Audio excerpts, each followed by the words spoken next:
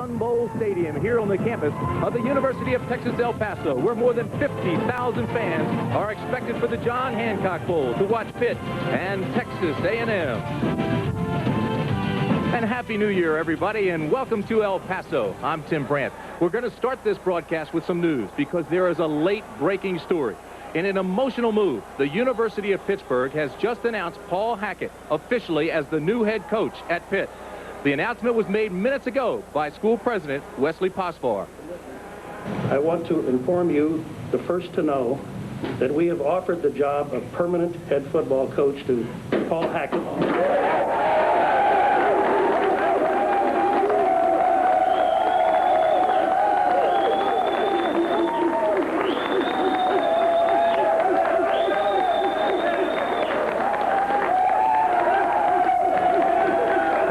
Is a former NFL assistant. He worked with the San Francisco 49ers, the Cleveland Browns, most recently the Dallas Cowboys. This year, he was the offensive coordinator here at Pitt.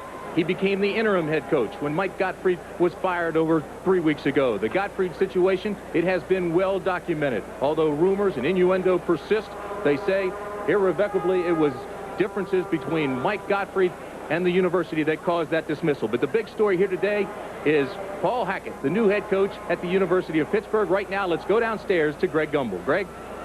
All right, Tim, thank you. With me is Dr. Wesley Posvar, the president of the University of Pittsburgh, who made that announcement in the locker room. Did you expect the reaction that you got, Doctor? Well, we had a very enthusiastic reaction, and that's exactly what I expected. It's only been 3 weeks since the change in coaches. Why so short a time in the naming of a new one? Well, we conducted a very intensive search. We made hundreds of phone calls, and interviews were conducted, and we found our man. By sheer coincidence, our man was with us. We would have gone anywhere to get Paul Hackett, to Texas or California or Timbuktu. He is the best man for the job. All right, Doctor, good luck to you today here in the John Hancock Bowl. Let me just say that this decision on our part, we feel very, very good about, because we care about the welfare of our student athletes, not only on the playing field, but throughout their careers. And we feel that this is that success in athletics and academics is an investment in the future of everyone. All right, Doctor, thank you very much. Good luck to you. Dr. Wesley Posvar, the president of the University of Pittsburgh. Speaking of Paul Hackett, just a couple of moments ago, Leslie Visser had a chance to talk with the new Pitt coach. I'm with the new coach of the Pittsburgh Panthers. Paul, were you surprised it happened this quickly? I was surprised, yeah. I was surprised that it was this fast. Obviously, I'm thrilled. What effect do you think it'll have on the team? Well, I'm not sure. You know, we've been pretty businesslike, and we focus pretty much on the job at hand, which is Texas A&M, and hopefully it'll have an effect, but I think we're ready to play. You spent many years in the NFL. You ready to make college a home? Oh, absolutely. I've really grown attached to Pittsburgh, and I think the whole college scene. Alex Van Pelt, obviously, part of that, but it's been a great thrill. Thank you. Congratulations to you, Coach. Big news today in El Paso, joined now by Dan Jiggets, our expert analyst. And Dan, how will this affect the Pitt team? I think it's going to have a great effect on the team. Now they can settle down, and they understand what the situation is going to be going forward. And, you know, the offense can really get settled down. Alex Van Pelt, their young quarterback, can now say, this is going to be my offense going forward. No question, it is a motivational factor. Now, the competition between these two teams began midweek. We go back to Wednesday night. Across the border in Juarez, Mexico at the bullfights. Paul Hackett was the guest matador, but he saw safety was better than bravado. Urged on by his players, R.C. Slocum, the head coach of Texas A&M. He didn't pitch a shutout. The Pitt players love that, but how about Texas A&M? R.C. came back, did well. Look at him. And he eventually claimed the victory. That fired up his team, gave his team the momentum they say will carry them into the big event. The game today between Pitt and Texas A&M. It's the John Hancock Bowl. We'll have the kickoff shortly after this. CBS Sports coverage of the John Hancock Bowl is sponsored by John Hancock Financial Services. Real life, real answers. The U.S. Army, where you get an edge on life. Be all you can be. And by Toyota's quality line of cars and trucks. Toyota, I love what you do for me.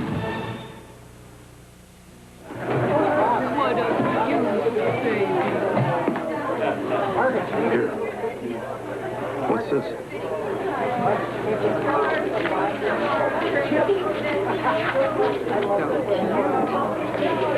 This is $5,000 for the baby. Sorry, Dad, but he's not for sale. Put it in a safe place.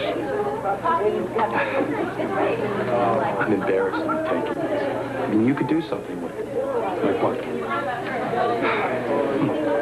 Buy a new car, or go with something you and Mom would enjoy. Go on a cruise.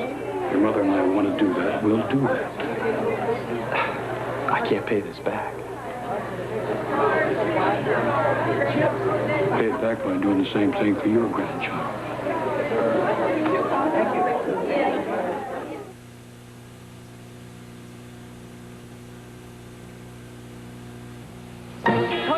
In full swing and everything is going fast. Already Toyota dealers across the country are on their way to a record sales goal of 100,000 Toyotas. How? With the year's best deals on the year's best selection. This is incredible. Toyota dealers are selling so many cars and trucks, we have to ship thousands more every day just to keep up with Toyotathon demand. Great deals on a great selection, including the hot new Celica. Only at Toyotathon, coast to coast. And only at your Toyota dealer right now.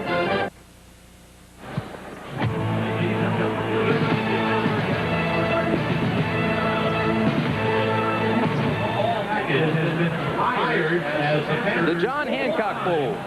Welcome back to El Paso, and here come the Panthers of Pitt. A record of 7-3-1. Their only losses to Miami, Notre Dame, and Penn State.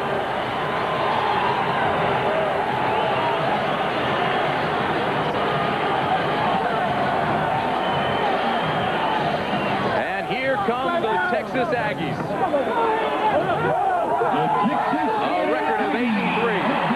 16th in the nation.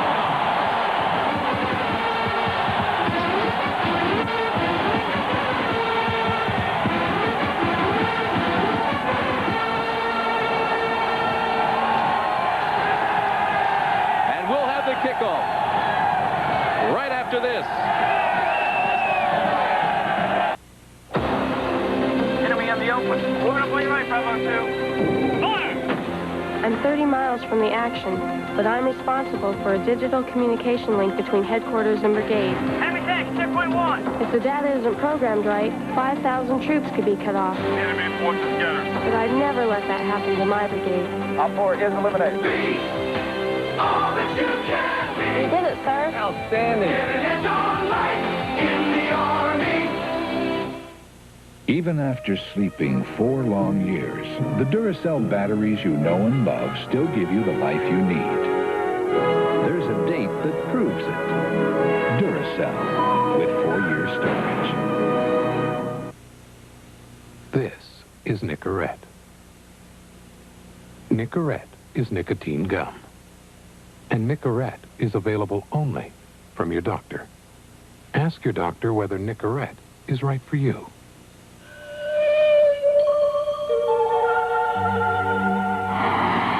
This is not what you want in a shave. Now you've got the edge. This is the shave with 6 rich lubricants. This is the shave that reduces irritation. This is the shave. For less irritation, you've got the edge. New Edge Soothing Aftershave. Alcohol is out, aloe is in. The temperature today is a little bit chilly compared to what we've been having this week in El Paso, 42 degrees. It's been near 60 most of the week and just gorgeous. Partly cloudy, not much of a wind factor, although we had high winds earlier in the week. The new head coach, Paul Hackett, R.C. Slocum, first-year record 8-3, ties Dana X-Bible's record of 8 wins by a first-year coach at Texas A&M. They call him Slick. R.C. Slocum took over for Jackie Sherrill December 12, 1988. One of the great traditions in college football, Texas A&M, the 12th man. Pittsburgh has won the toss. They have elected to receive. So Lane Talbot, number 4, will be kicking off for the Aggies. And deep for Pittsburgh, Glenn DeVoe and Jermaine Williams. That's Williams on the right of your screen. We're all set. The John Hancock Bowl, El Paso, Texas. Tim Brandt, Dan Jiggins, Leslie Fisher, Greg Russell, and we're underway. This is DeVoe, and he will not return it. So they'll bring it out to the 20, and that's where Pitt will bring on the offense and start their first offensive series. The quarterback is a good one, Alex Van Pelt. The big offensive line in front of him, Matthews, Getz, Sestilli. Cherpak will start despite an injury. Livorio, and the tight end is Lionel Sykes. In the backfield, Van Pelt. He's just a freshman. 15 touchdowns, 11 interceptions. Fine year. Richards and Redmond in the backfield along with Pruitt. And the big one, Henry Tooten. Tooten is dangerous, the leading receiver. First down, Pitt. Van Pelt to throw right off the bat and drills it to the sideline to Tooten. It's complete, first down. Henry Tooten with his 38th catch of the year. A gain of 23. Tim, it's interesting when you think about Paul Hackett being an offensive coordinator. Now, Pitt has been known to run the football, but they come out throwing right now to Henry Tooten. He runs an out pattern there, gets wide open on the play. Now, you think about Alex Van Pelt, young quarterback. You want to start him out throwing that ball, developing confidence in his passing game. Let's talk about that a minute. Now he is the new head coach. Does he come out? Does he throw caution to the wind, show people he's not conservative? Absolutely. Richards and Redmond in the eye. First down, Pittsburgh. This is Richards, and he loses a yard. Great pursuit by the Aggie defense. Set the lineups for you for that defensive scheme. It's Price, Jones, and Tucker up front. And the linebackers, Wallace, Williams, Robinson, and James Webb. They're quick, they're active. It's an aggressive defense that'll blitz. Frazier, Smith, Jones, and Larry Horton, who was a running back at one point. They switched him to free safety. And he now has 3 interceptions back there. Loss of 1, second down and 11. Sykes and Moore, 2 tight ends. And Sykes jumps off sides. Dead ball, illegal procedure there. Our referee today is Guy Gibbs. Sometimes when you don't start off running the ball, that offensive line of yours will get a little aggressive up there, and that time the tight end, Sykes, just jumped off a little bit. No, beginning of the game jitters. This is a play-action team. They go with two tight ends a lot to limit the blitz. And Van Pelt has not been sacked in the last 10 quarters. Second down and 16 on the Pitt 36. 3 wide receivers. Straight ahead, and again they'll lose yardage. Redmond never had a chance. Kevin Tucker came in and just stuck him in the backfield. Good play by Tucker. You know, that defensive line of A&M is going to play real aggressive against the run today because they understand that if they let Kervin Richards go, the guy is averaging 5.4 yards a carry. You've got to stop him in the backfield. That means firing across that line of scrimmage. Now, John Miller's not practiced since the Texas game. He has an ankle injury, so replacing him was Albert Jones, who led that attack. Another loss of 1 brings up 3rd and 17 for Van Pelt, and he takes a long drop.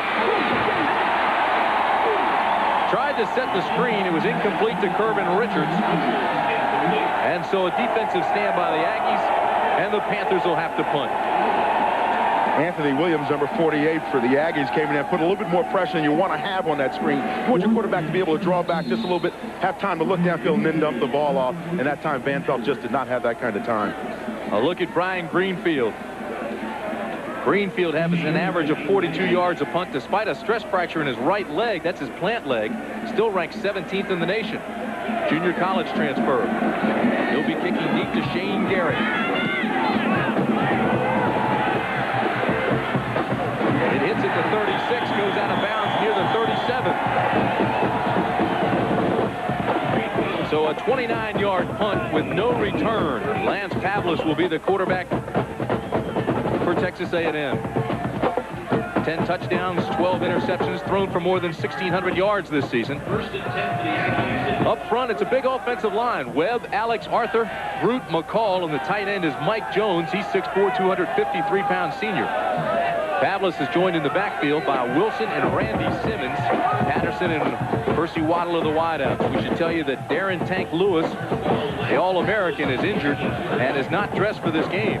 As well as Mike Pappas, their offensive right guard. That's how come you see Groot in there. Darren Groot, number 73. You don't lose much there. Groot is 6'5", 330 pounds. First down, Aggies. Play action.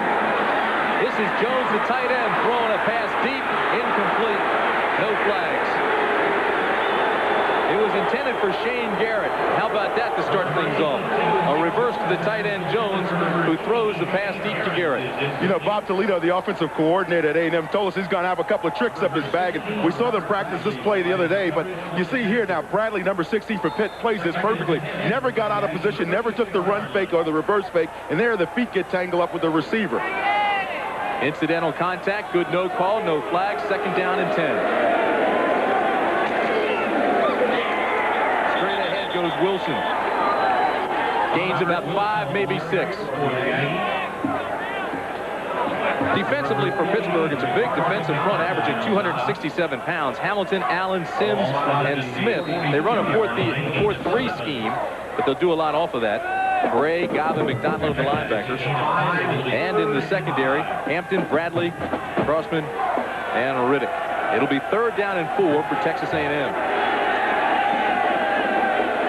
Pitt has a tradition of outstanding defensive line play, and it's continued this year. 2 tight ends for the Aggies.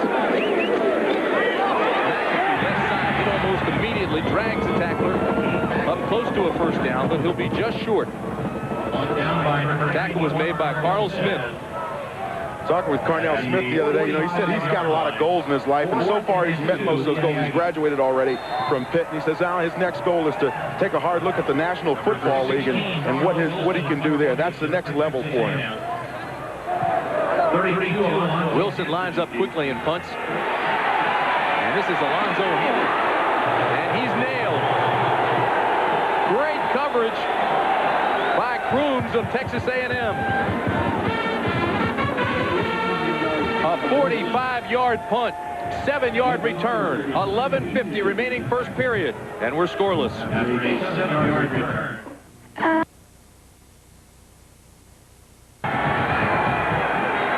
We'll get back to that in a minute.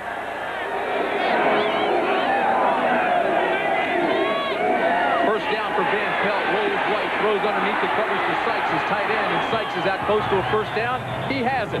Now let's go down to Leslie Visser. Leslie? Thanks, Tim. As you know, coaches have widely different philosophies of preparation, and these two coaches couldn't have been more dissimilar. Paul Hackett brought his team here to El Paso 10 days ago, which meant they spent the Christmas holidays here in Texas, while R.C. Slocum came down just 2 days ago. Now, each coach justified the mood. Paul Hackett said that he came to avoid the cold and the controversy back in Pittsburgh, and R.C. Slocum said, hey, people work better when they're happy. We'll see who made the right move. Tim? I tell you, it's been fun down here.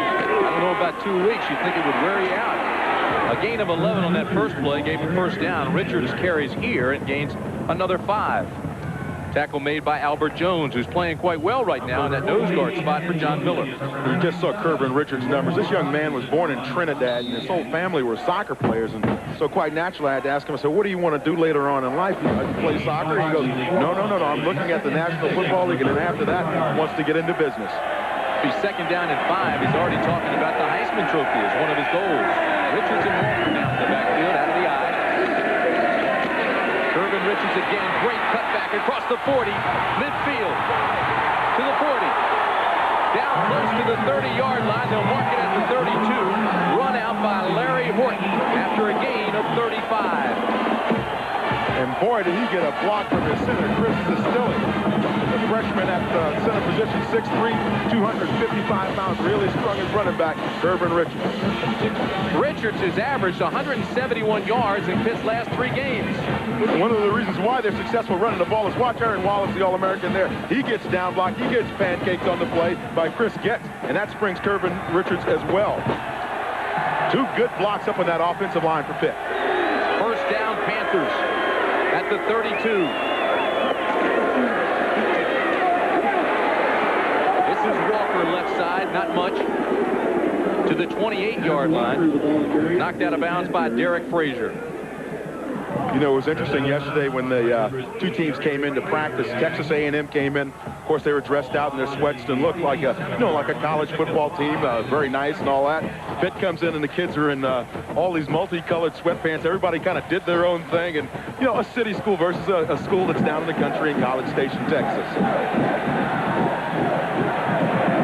Jackson and Tooten go to the top of the screen. It's Richards and Redmond in the backfield.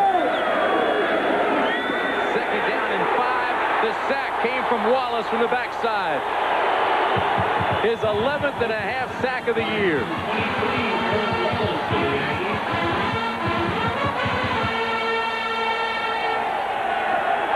Right-hand side of your screen, number 23, that's Aaron Wallace. You want to know why this kid's going to be an All-American? Well, this is why. He can rush the passer and has done it devastatingly all season long. Expect him to go in the first round in the National Football League draft this year. He is quite a story. He's gone from a scout squad player they didn't know about his future to an All-American this year. And you saw he has a school record, 43 sacks. 3rd and 14 after a loss of 9. 3 wide out for Van Pelt. Looks to the right side, throws, and Tooten makes the reception at the 24-yard line. Knocked out of bounds by Kevin Smith. Kevin Smith is a big play guy back in that secondary for A&M, but Henry Tooten's a guy you have to keep your eye on. This is a big play guy for Pitt. Watch Kevin Smith. He's up at the top of your screen, number 26. He's going to be covering Tooten. Now watch the coverage he has on him. He gives him a nice cushion. Boy, does he break back to that ball in a hurry. Henry Tooten, nice catch over that side. That's a little extra effort over there on the sideline. You got to be careful on that one because you'll see a yellow flag. How about Tooten now? 38 catches, team high. He averages 24 yards per catch. Definitely will be a factor here this afternoon. A gain of 13. 4th down and 1. Van Pelt over the middle. This is Moore. 1st down, Pitt. Inside the 15 to the 12. You asked me earlier that I think that the Pittsburgh was going to roll the dice a little bit offensively there. 4th and 1. Herman Richards in the backfield. His first appearance. Richards cuts outside. Touchdown, Pittsburgh.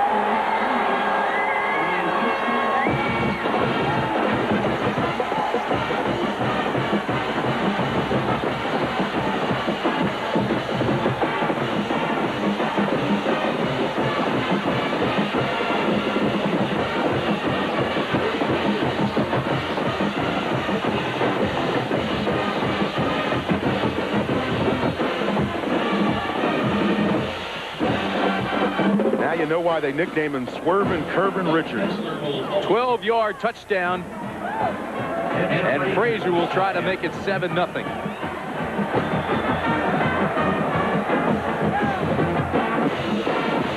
It's good. The 2-week stay has helped. There is a flag on the extra point. Swervin' Curvin' Richards goes over on that right side. Got a key block by Jimmer Bundy, number 39, and his center, Chris Sistelli, and that takes him on into the end zone. Good running there by Richards. His 2nd straight 1,000-yard season. 5'10", 195-pound sophomore from LaPorte, Texas. One of the more pleasant people you will meet in college football. Well, it didn't take the Panthers long.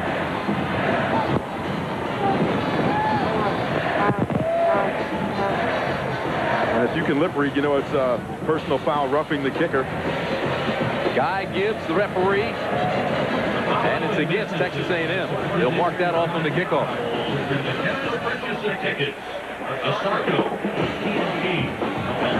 Richards was last year named the UPI and Sporting News Freshman of the Year, having rushed for over 1,200 yards as a freshman.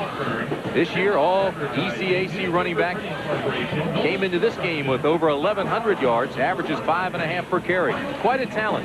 Watch the Penn State game and also the Rutgers game over in Ireland, and both he played exceptionally well and gets stronger as the game goes on.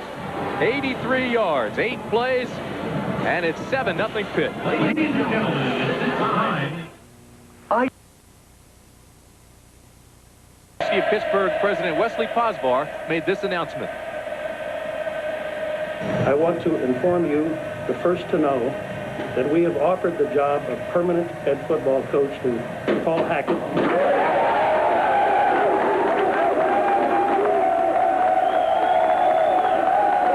So Paul Hackett, who was acting as interim head coach, it's now official. He'll take the Panthers into the new decade as the head coach. Jeff Van Horn will be kicking off this time for Pitt. Larry Horton and Cornelius Patterson are deep for the Aggies. And the little kick is taken by the upback, Chris Crooms. Once again, Paul Hackett rolling the dice a little bit. That time, an onside kick, trying to recover the ball quickly and get back in for another score. Didn't work out for him then. I think you're going to see that all day long, though. We've already seen a tight end reversed. He threw the long pass. Now we see the onside kick. It's that kind of game. It's been a festive week. The teams have enjoyed it. Now they're going to try to win this thing, but they're certainly not going to be conservative. That's right. First down and 10. The ball at the 35 for A&M.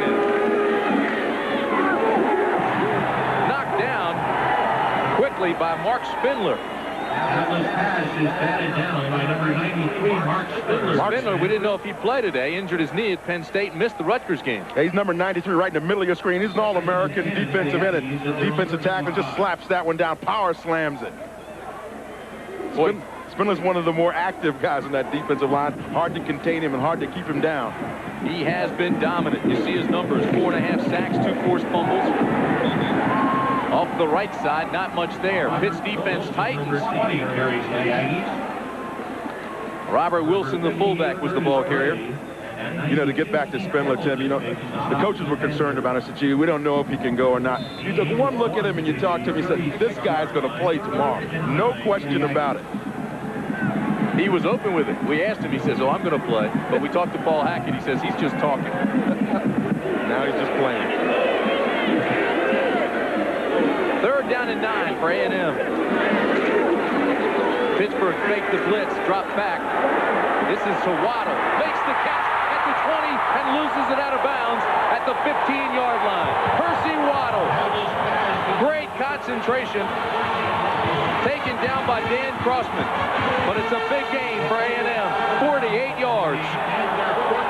Oh, Percy Waddle, he got away with a little bit working against Alonzo Hampton, because watch him now as he goes down the field on his go route. Watch the little push that he gets on Hampton here. Now, right about in here, he makes his break now. You know he's going deep. Now watch him turn around, get his hands on Hampton right there, push him off, and then go back and catch the football. Waddle's 37th catch of the year. He averages 17 yards per catch. It's first down, the ball at the 14. A&M with 3 wide receivers to the top of the screen. They go 4 wide, it's total. Percy Waddle lost that ball when he went down to the ground. That was a close call. Lone setback is Wilson. They throw to Wilson, who drops the football. Incomplete. I think Wilson looked like he was either playing center field in baseball or trying to dribble the ball this time, because Lance Pavlis dumps it over to him very nicely. Nice little feather touch on the pass here. Most quarterbacks will try to drill that thing, and Pavlis jumps up and feathers it in there. Now, you see him bouncing the ball around like those center fielders do when they don't catch it. 8 minutes, 23 seconds remain first quarter if you're just joining us. Paul Hackett has been named officially the head coach of Pitt, and it's 7-0 Panthers. This play blown dead before it even starts. McAfee would have been the ball carrier. Tom Sims, number 89, looked like for Pittsburgh, came across early. Dead ball, illegal procedure. Indication is illegal procedure. He indeed was drawn off. Good reason for him to come over.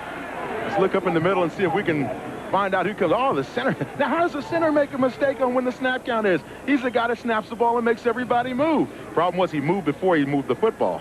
That's the second penalty for A&M. Will not make that man happy, R.C. Slocum. It'll bring up second down and 15 for the Aggies.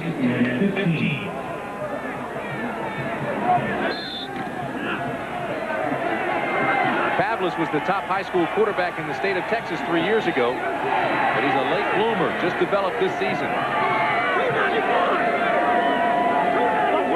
Patterson in motion. Second and 15, the blitz comes, and the sack.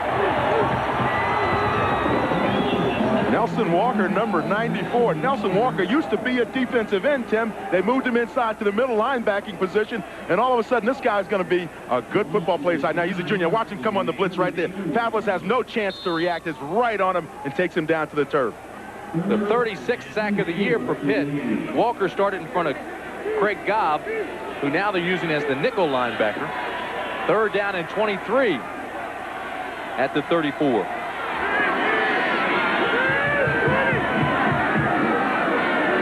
After the shotgun, 3 wide receivers for Pavlis. Pressure from the outside, ball is loose, intercepted. Keith Hamilton got it. Now they're saying it hit the ground. Keith Hamilton, the freshman defensive end. Lance Pavlis got a blitz that time from Lewis Riddick, the free safety.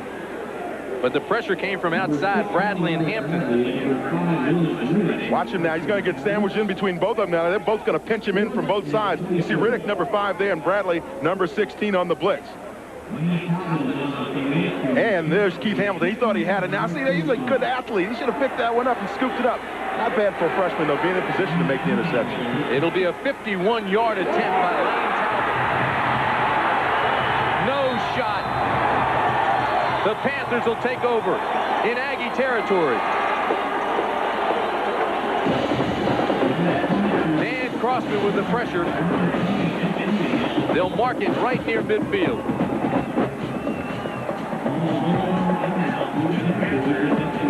So far, Pitt looks sharp. A&M is struggling. Bad snap on the play, and I think that the Texas A&M Aggies are lucky that Brian Payne, number 35, was back there. He's the holder. And he scoops this ball up and saves a touchdown for the Texas A&M Aggies. First down, Pitt. Van Pelt throws complete to the tight end Sykes. To the 45-yard line. Tackle made by Gary Jones. Sykes kind of reminds you of another tight end that played for Pitt back in history. Guy about number 89, Mike Ditka. Real tough, big tight end. You know, using backs as receivers and now the tight end more is the single most improved area of this offense. Last year, the Pitt receivers caught only 18 passes. This year, they combined for 69 receptions. Definitely that Paul Hackett influence.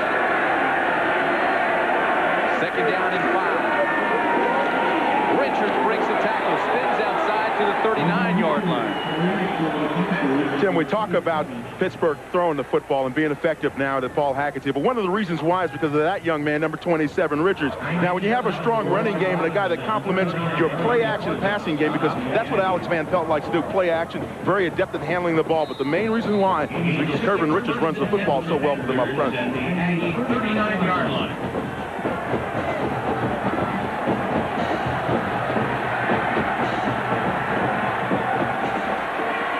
See the clock remaining, first period. First down, Pitt. Quick fire. Complete to Jackson. Inside the 20. To the 10. Finally taken down at the 9-yard line.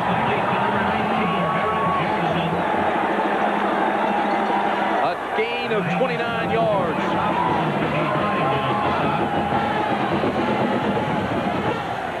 Baron Jackson, just a sophomore from Baton Rouge, Louisiana. Jackson's the man in the slot. Now watch him as he comes off the ball. Now what happens is Gary Jones, number 6, the strong safety, has an opportunity to make the stop right there. But you see him slip down, and that just frees Jackson up. Nice little run after that. Jeroy Robinson from his linebacking position is trying to chase him down, and indeed does downfield. First down and 10 at the 10.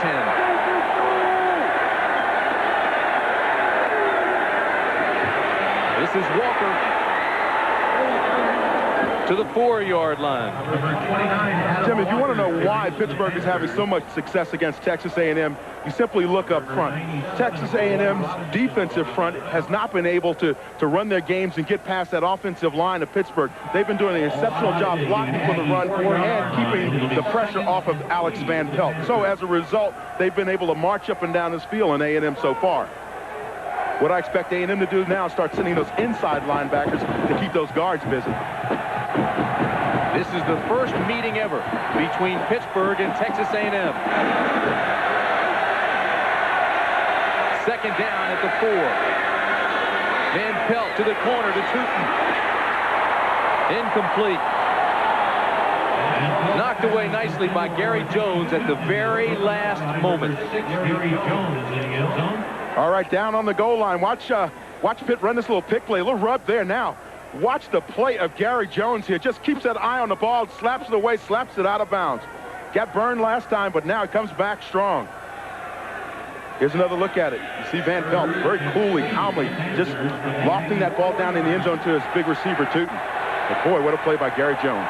6'2", 206-pound senior. Van Pelt now 6 of 8, 91 yards. Third down at the 4. Walker kicker has nowhere to run, and it'll bring up 4th down. And you know the reason why? That time A&M sends their inside linebackers, and it just blocked up the play all up front, so the back doesn't have anywhere to run. Bringing up a 4th down situation. So Pittsburgh's Ed Frazier comes on. Number 1, Ed Frazier. He's a redshirt freshman, a walk-on. He's 13 of 18 this year, and this will be from 22 yards out.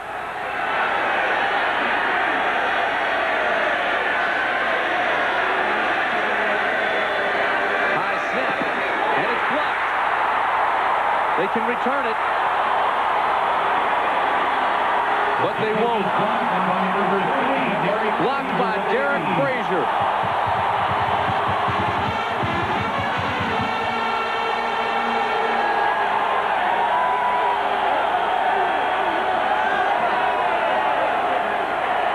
If you're looking for a little momentum swing, this could be it for Texas A&M.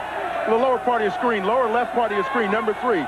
That's where he's coming from. Now watch him reach out, stretch out, lay out now and block that kick. Get that good extension, and that's what helps him. Almost takes it right off the foot of the kicker. Derek Frazier will get credit for that block. 4 minutes, 58 seconds remain first quarter. It's 7-0 Pitt. Pittsburgh field goal attempt. The score remains the same. It's 7-0 with 4:58 remaining first period. Right now, let's go down to Leslie Visser. Leslie? Tim, on Texas A&M's last offensive series, the coaches were disappointed that the running backs failed to pick up the blitz. That's what they were talking about over on the sideline. They also failed to notice that free safety Lewis Riddick had flipped to the other side. We'll see if they pick it up this time. Tim? All right, Leslie, Pitt's punting and field goal kicking has cost them several games in the last few years. They've had problems in that area. Well, all morning long, Ed Frazier, the kicker, has been kicking low. Hasn't been getting a lot of lift on the ball, and then you see the evidence of it right there when you get a kick block like that. Although it was an excellent effort by Derek Frazier. Lance Pavlis off to a slow start, had the big pass to Waddle, but that's been about it. Wilson and Simmons now in the backfield. First down, the ball at the 20. Opener, Simmons out to the 31-yard line. Randy Simmons, a gain of 16, finally taken down by Dan Crossman. Randy Simmons, big running back for Texas A&M. He's huge, and one of the things that helped that time is he got great blocking up front from that big offensive line. So those linebackers inside, twin pair of linebackers up inside, they went outside, nobody was in.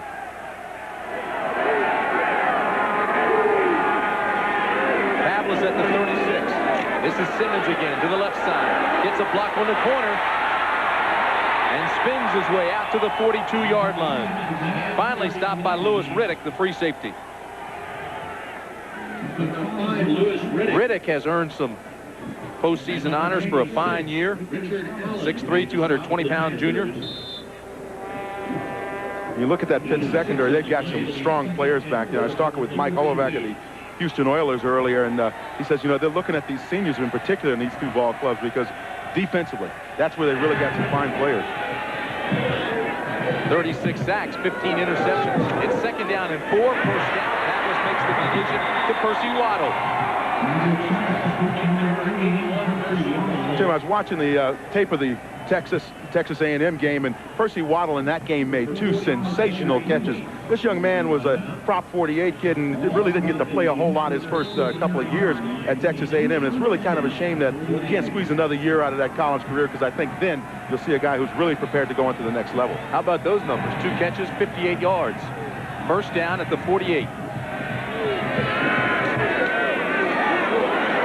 Up in the backfield. Pavlis will lose yardage here.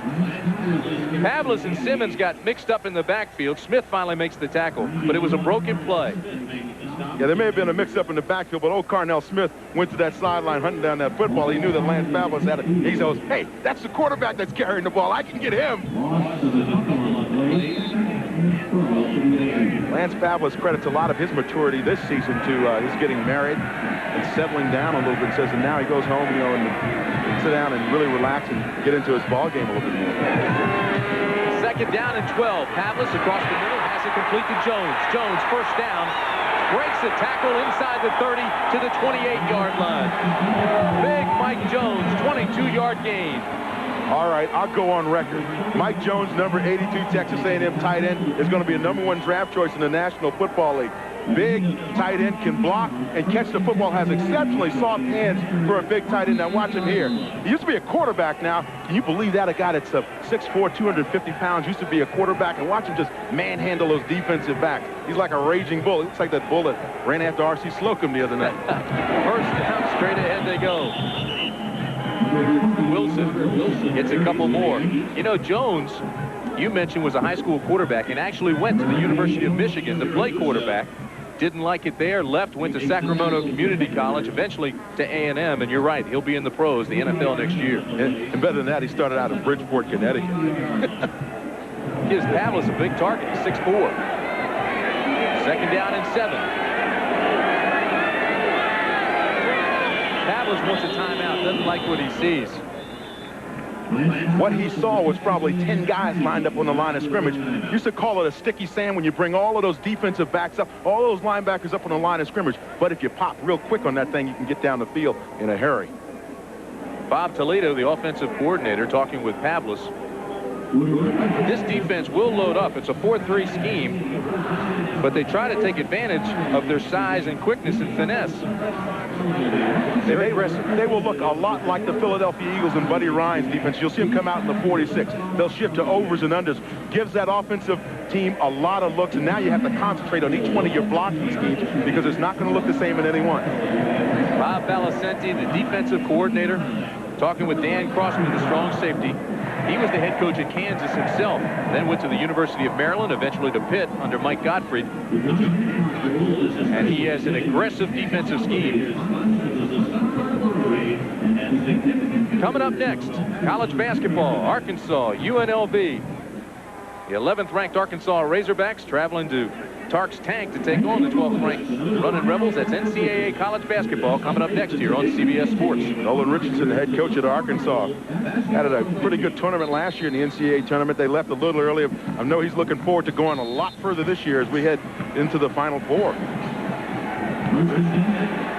It's second down and 7. The ball at the 25. Wilson and Simmons in the backfield behind Pavlis. Again, Pitt loads up. Wilson, left side, close to a first down.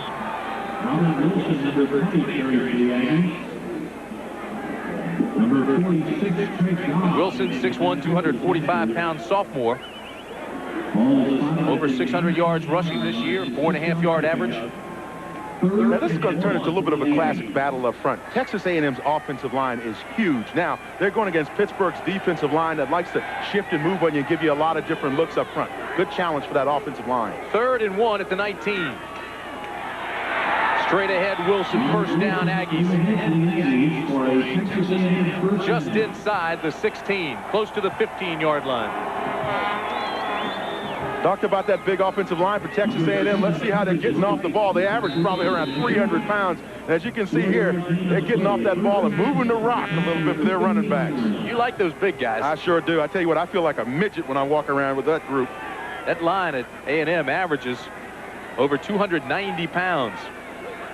300 and some change. Simmons gains a tough 3. Well, you know, you may be right, because it averages 290 pounds, but Pappas comes out and they bring in Groot, and Groot's 330, so that'll lift it another 40 pounds. They will put him over 300. Yeah, well, Groot's carrying a little bit up front there. You know, that's good for an offensive lineman, though. Helps your balance. I can't think of any NFL lines that have that type of size. No, R.C. Slocum has done a great job down there, I think, of recruiting this kind of lineman. Now, Groot's got a little bit of a package up front there, you see, but that really helps him fire out. It's low. Second down and 9. Wilson, left side across the 10 to the 9-yard line, and the Aggies have a fine drive going. Tackle made by Lewis Riddick. And on the stop for the Panthers.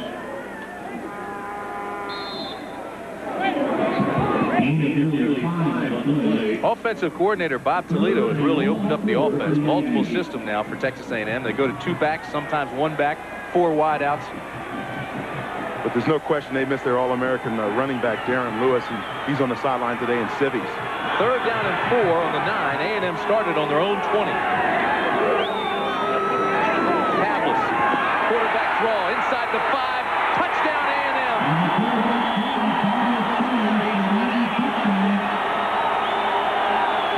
Pavlis is shaken up.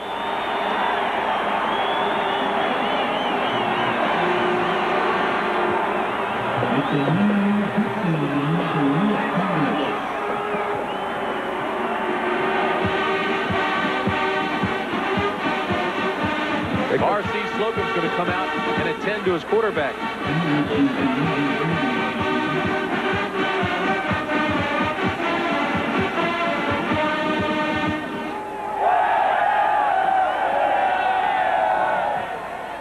If Pavlis should not be able to continue, Chris Osgood, a 6'2 senior, will come into the ball game. He's thrown 1 touchdown this year, no interceptions, 70% completion.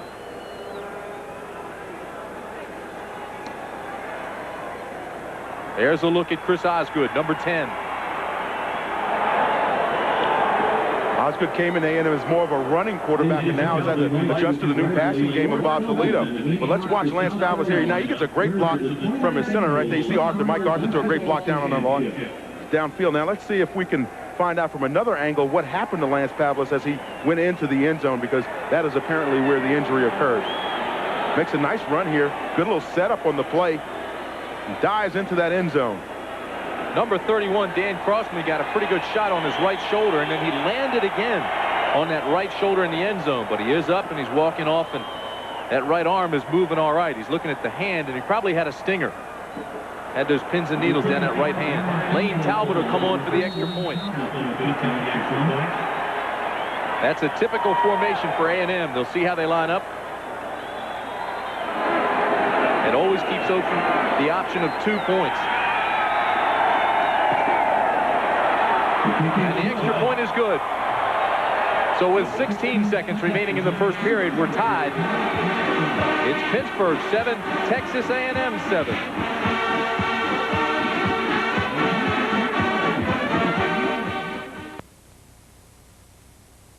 They get to kiss their date. Yeah, and I'm moving away from you. Don't lean over towards me. Who said you were my date? Pretty good ball game going on here. Absolutely. A lot of tradition at Texas A&M, and Pitt has come out and run the ball up and down the field. Alex Van Pelt's done a nice job throwing it. Then Lance Pavlis runs the ball in on a quarterback draw. You know, another one of those traditions, the new A&M students are called fish. I think R.C. Slocum has some sharks coming in next year. Fine recruiting year he's got in the works. And you think about the naming of Paul Hackett for Pitt, that's one of the considerations as well. They want to start recruiting now. They know they've got to get those kids in, settle down that situation. Lane Talbot kicking off to DeVoe and Williams. This ball hits at the 4 and goes out of bounds, so they'll throw a flag. And right now, let's go downstairs and Leslie Visser. Leslie? Tim, the trainers from Texas A&M said Lance Pavlis had the wind knocked out of him. He's also lost a little bit of sensation in his hand. They're going to keep an eye on it. As for the defense on this series, the defensive coordinator said they're going to maybe blitz on first down, so we'll look for that. All right, Leslie, good tip. You're right on about that stinger, Tim. That's what happens. You get that tingling sensation down on your fingers. I've got it right now, as a matter of fact. But now Bob Davies says that his defense is going to start blitzing those outside linebackers. So let's see if that indeed is true when we come back to Texas A&M and their defense. Wait a minute. Right now they got to re-kick it. How did you get a stinger? You know, it's those old offensive linemen's injuries. You know, nobody appreciates offensive linemen, but you go out there and you give your all for your team. So they move it back, and with 16 seconds remaining in the first quarter, they'll kick again. It's Talbot kicking off from the 30 this time. So DeVoe and Williams move up to the 5. This is a short kick. Taken by the up man, Davey Moore, and Moore's out close to the 40-yard line. So it's an 18-yard return, and the Panthers will have fine field position. Number 31, Eric Moore. Number 28, Crooms will be credited with that tackle. You saw Hilge, the 12th man, running off. That's another great tradition where they have students on the special teams. Not scholarship players, just students. And you'll see that insignia on the side of their arm, of their jersey. Signifies that they are the 12th man. 11 seconds remain in a 7-7 tie, first period.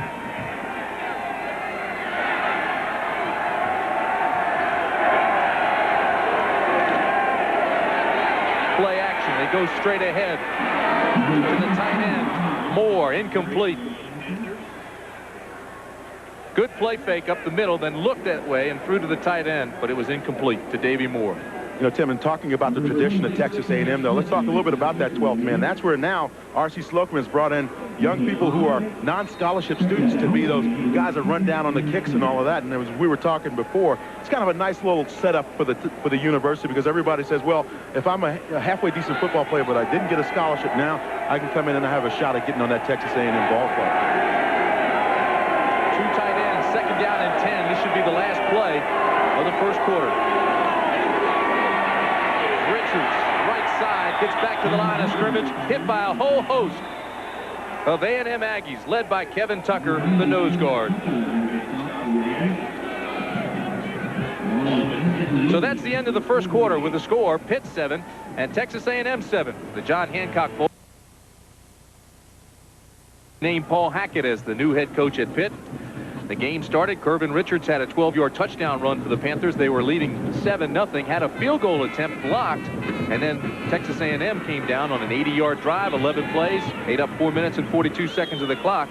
And Pavlis, the quarterback, just answered with a 9-yard quarterback draw for a touchdown, and we're tied at 7. And there you see the offensive totals. Pittsburgh out in front. Of course, a lot of that has been the passing of Alex Van Pelt. Surprisingly enough, Pittsburgh came out today first play, started throwing the ball. Time of possession. Texas A&M has been running the ball, and that's how come they're a little bit ahead in the time of possession. Pavlis was injured on his touchdown run, got a stinger in his right arm and had the wind knocked out of him, but he's warming up now and appears to be all right. Both teams had a good drive in that first quarter. Pitt went 83 yards and 8 plays for its touchdown. A&M 80 plays, or 80 yards rather, in 11 plays. And right now it's 3rd down and 10 for Pitt as we start the second 15 minutes. Pelt looks back, throws, and it's complete to Tooten. A&M defensive backs say it hit the ground, but it is a complete pass. They'll mark it at the 44-yard line. That's a gain of 17. Larry Horton made the stop. First thing, Alex Van Pelt gets nice time from his offensive line, and he nails this ball. Now watch Tooten go down and scoop that thing up down near the ground. Now, of course, the A&M DB said, hey, look, you didn't catch it, but Alex Van Pelt gets down and sees a little English on it. Says, yeah, I got it downfield. So it'll be first down, Pitt at the 44.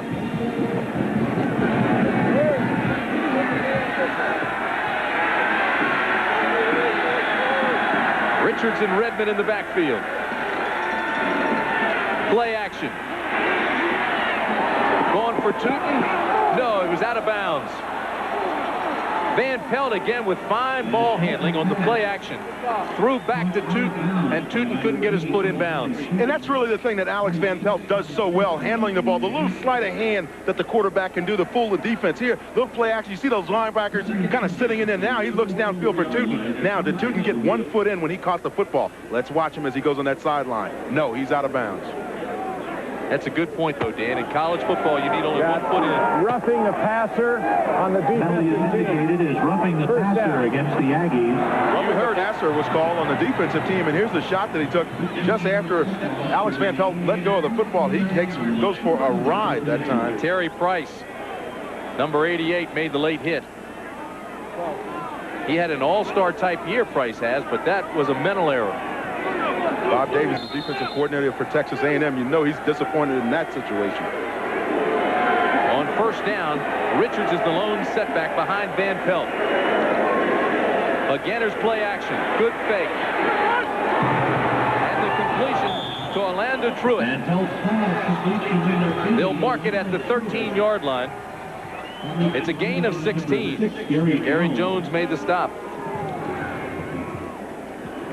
Van Pelt told me his whole family is down here today, except for his mom, who's back in San Antonio. She is pregnant and is expected to deliver in January. So he's got another little one coming along in the Van Pelt family. That time he completed it to Truitt coming across the middle. They mark the ball officially now at the 13-yard line. First down, Panthers. Strength of formation, left side. They go that way with Richards, and he's hit at the line of scrimmage. He may have lost yardage. Good pursuit by Jeroy Robinson. Jeroy Robinson, number 97. Here's a linebacker that bench presses 480 pounds. Now that means if you're an offensive guard and you come up to block that guy, you better be low, because otherwise he's going to pick you up and body slam. You saw his numbers. He's had a fine year, but he's had the flu the last couple of days. He's playing today. He's not 100%. As a matter of fact, they didn't even know if he would play. They got a lot of liquids into him, kept him bedridden, and he's out there, and he just made that tackle. It's a loss of 2. It'll be 2nd down and 12. Jimmer Bundy comes in at fullback along with Richards now in the backfield. Richards, big hole, left side, breaks a tackle, runs into the umpire, and is finally stopped by Gary Jones, but he ran right into Mike Rhodes, the umpire. You mentioned Jimmer Bundy came into the game, number 39. Now, this guy reminds you a lot of Craig Hayward. You know, 240 pounds, not being very generous in this situation. But that time he sprung Richards on the play. Now watch Jimmer Bundy, number 39, just come up in there, power up in that line of scrimmage. Now swerving, curving, does his thing. Comes back. Now watch him run over this official. Swerving, you got to run over the guy. You can't just bump him. Mike Rhodes, the umpire, will get credit for that tackle. It'll be 3rd down and 5. They mark it at the 8.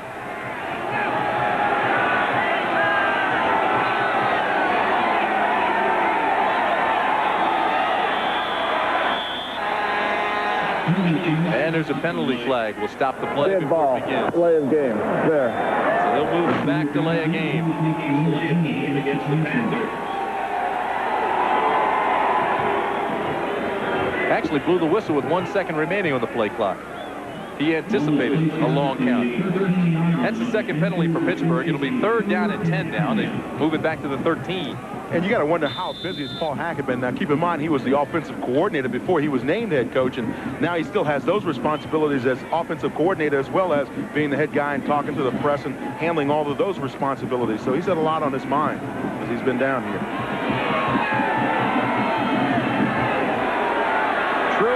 Tooten at the bottom of your screen. Richards in motion.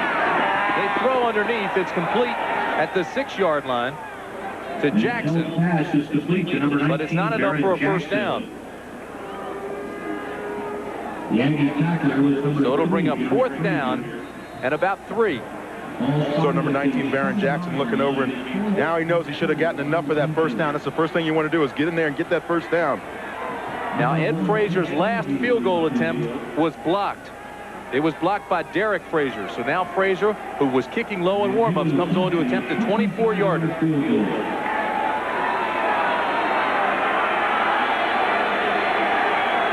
And that's the angle he has. Again, a high snap, low kick, but this one's good. So from 24 yards out, Frazier converts. And Pittsburgh moves back out in front, 10-7. 11 minutes and 40 seconds remain in the first half from the John Hancock Bowl in El Paso.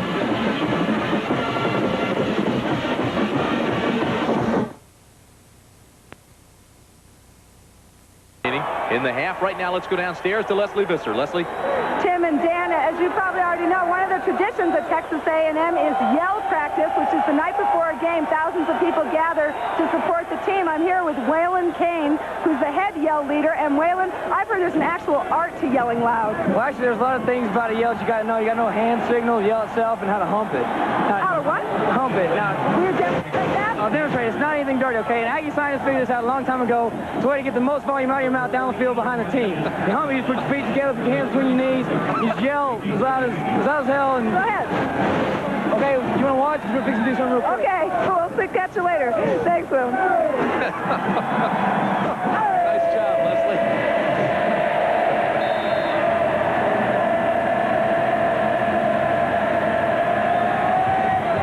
Van Horn kicks deep to Larry Horton, who will down it 5 yards deep, and he'll bring it out to the 20. Ball will be brought out to the 20-yard line. 1st and 10 to the Aggies. Paul Hackett, the new head coach at Pitt, named just prior to the game. Pittsburgh president Wesley Posbar and athletic director Ed Bozick. Had a nice chance to sit with Ed Bozick the other night at dinner, and we talked about this situation at Pitt, and really looking forward, looking down the line a little bit in terms of where he wants college athletics to go. Very concerned about the academic side now of college football. New quarterback is Chris Osgood for A&M. And he turns and gives it back to Randy Simmons. So they have made a quarterback change. Pavlis must be injured a little bit more than we thought. He had that stinger and the wind knocked out of him when he scored his touchdown. But now Osgood comes in and takes over the quarterbacking chores. You see his numbers. He hasn't thrown much, but he has been effective, hitting 7 of 10, 1 touchdown, no interceptions. He's a 6'2", 196-pound senior.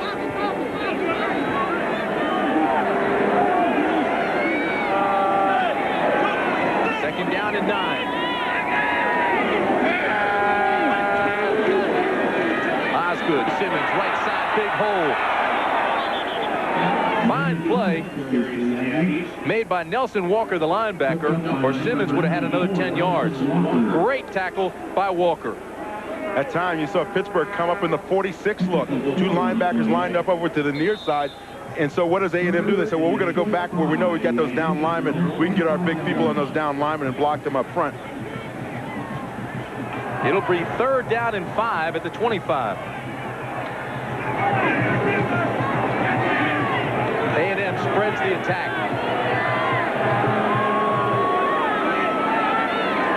Garrett in motion. Osgood's first pass thrown over the middle, incomplete.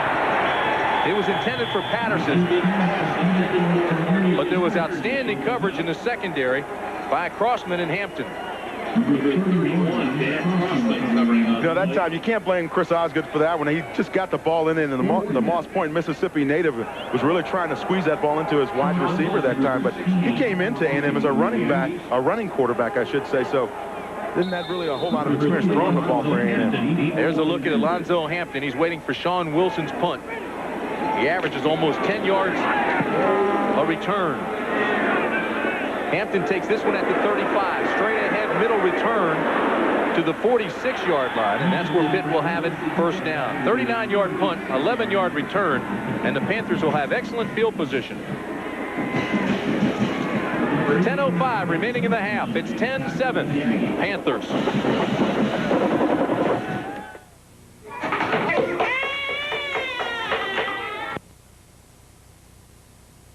It has been a wonderful week down here in El Paso. The people are just sensational. The city's trying to do a lot of interesting things, a lot of economics happening down here in this area, with factories being both here and in Juarez, Mexico, which is just right across the river.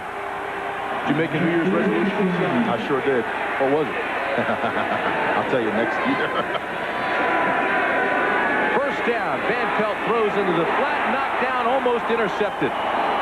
Fine defensive play by William Thomas, the linebacker. There's a big question as to whether or not William Thomas was going to be available today to Texas A&M in that defense. You know, he'd sprained an ankle, but it was really interesting. The other day we were standing at a practice watching him jog around the field, and every time he'd pass in front of Coach R.C. Slocum, he'd speed up and he'd start doing all of his cuts and everything. You see him there just playing off the running back and jumping up and slapping the ball away. But then he'd go over the other side of the field and just kind of trot along. You could tell that ankle was bothering him a little bit, but he's ready to play today. Boy, Redmond was wide open. Good thing that blitz worked. He knocked it down. Second down and 10. Van Pelt's going deep. And Tooten is overthrown, but it was fine coverage by Derek Frazier, who stayed with Henry Tooten all the way. And we got a couple of offensive linemen from Pitt that are having a discussion back there in the backfield. I didn't like the way that A&M came after their quarterback. Dan, you know how you were talking about William Thomas and the ankle injury and how he didn't know if he'd play today. You know what the great tip-off was when he called his mom and said, hey, come on to the game. I guarantee you I'll play. Bob Davies, the defensive coordinator for Texas A&M, said that he really needed Thomas outside. You know, he's only about 205 pounds, and you see Davies signaling in the defense. But wasn't safety, wasn't a defensive secondary. Now they moved him into that outside linebacking position. He, too, was a quarterback. Last year, free safety, now outside linebacker. Very much like Johnny Holland, former linebacker. Third down and 10. Van Pelt has Tooten, and he can't get there. Van Pelt yells, catch the ball. It looked like Van Tooten stopped, almost like he thought he was going to get nailed. That's right, because Derek Frazier, number 3, had really released him, and you see it, Alex Van Pelt there says, hey, just keep running. I'm going to fire it in there to you. He stays on path. He stays on the same speed. He catches the football for about a 20-yard gain. Pittsburgh's first punt was 29 yards.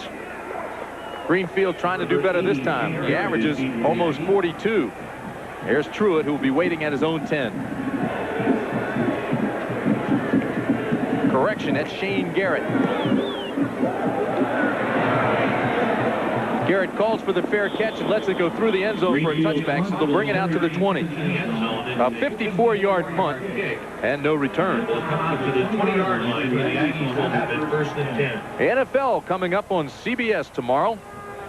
Join Brent, Irv, Dick, and they'll complete the coverage of the NFL playoffs for you. Dick will have the story of the Eagles dominating front four, and you'll hear Rams coach John Robinson on LA's playoff hopes.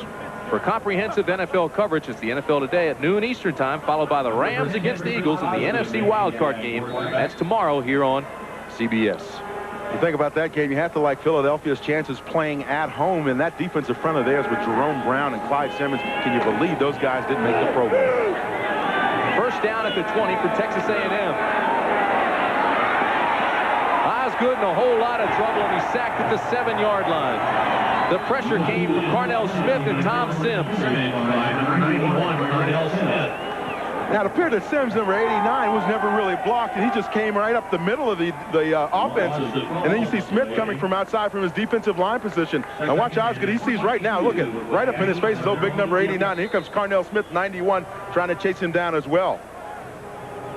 Sims and Smith got through cleanly. Barely got touched. A loss of 12, second down and 22. McAfee and Wilson. The setbacks with Osgood. This is Wilson. Gets a good block on the corner. Cuts inside at the 15. Still on his feet at the 27-yard line. Robert Wilson.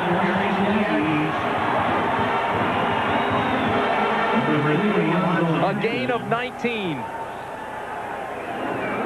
Texas A&M having some success hitting the soft corners of that defense of Pittsburgh with Robert Wilson. The big running back, number 20. 44 yards and 7 carries. Finally stopped on that play by Hetzler and Hampton. He's a load, isn't he? Almost 250 pounds running that fullback spot.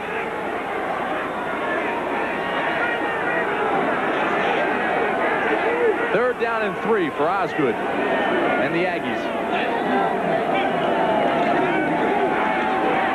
With time, throws to the flat, has a man, it's Patterson. At the 36. Chris Osgood transferred from Ole Miss in '87, came over to Texas A&M, and as you can see, he's got a pretty good arm. He's got a strong arm, and he's got good athletic ability back at the quarterback position. That is, he can run out there and get on those sprint outs and throw the football. Bob Balasenti, the defensive coordinator for Pitt, Dan, came into this game with 12 blitz packages. Not necessarily to confuse, but to confront and beat that multiple offense. And at first, it looked like in the first period that it kind of threw A&M out of its rhythm. But right now, they're starting to get back into that rhythm, trailing 10-7. And keep in mind, Osgood is a senior. He's checking off there. You saw him looking around and checking off. Now he calls a timeout. He didn't like what he saw. Pitt started to load up, gave him a couple different looks, confused him a little bit. That's the second timeout for the Aggies. A&M has only one left in this half. 8 minutes, 3 seconds remain. It is 10-7 Pittsburgh. Dan, give us an overview of the ball game thus far. Well, I think Pitt came out, and obviously they were emotionally up after the announcement that Paul Hackett was going to be their head coach. They marched down the field, had some strong stands defensively. Then, off the block kick, Texas A&M comes back strong, and they really came back and got themselves back in this ball game. And then you see Bob Toledo, the offensive coordinator, talking with his quarterback, Chris Osgood, who replaced Lance Pavlos. See Osgood check his left wrist. He has the plays written down on his left wrist as Bob Toledo tries to give him some encouragement, build that confidence a little bit.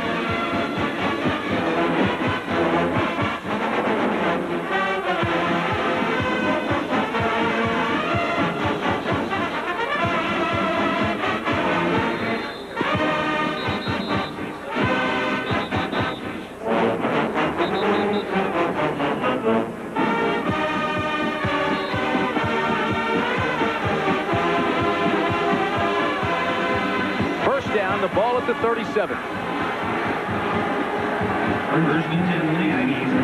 McAfee's the lone setback for Texas A&M. Ross in motion. This is McAfee. Spins, breaks a tackle, drives his way out to the 37-yard line. It'll be a gain of 2. Tackle made by Robert Bradley. Robert Bradley had a great game against Rutgers out over in Ireland, and now he's coming back and having another nice game today for the Pitt defense. But that time, A&M tried to run their counter trade, pulling that backside guard and tackle. And when they do that, they want to run with McAfee because they feel that he's more of a slashing runner, a guy that can get up in that hole and give you the quick move and escape. Very much like Lewis, who's out today injured. It was a gain of 1, so it'll be 2nd down and 9. Osgood, quick drop, throws to the flat, has the completion. Percy Waddle with the catch out to the 47. It'll be a 1st down. They'll move the chains.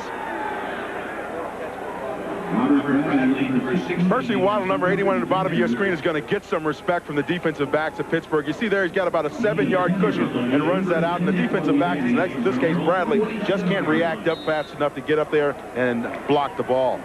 3rd catch for Waddle this afternoon. You look at those numbers, you know why he's getting some respect.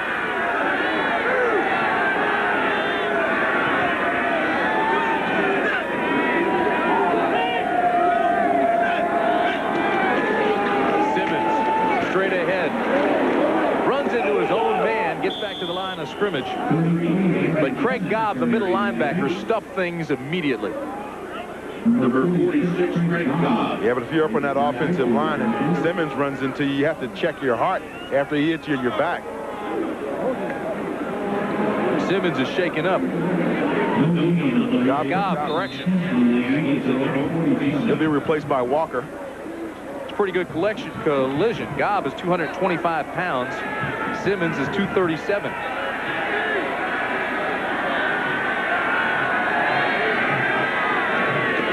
On 2nd down and 9, throw over the middle, it's complete. This is Wilson to the 35-yard line. Stopped by Louis Riddick. A gain of 16.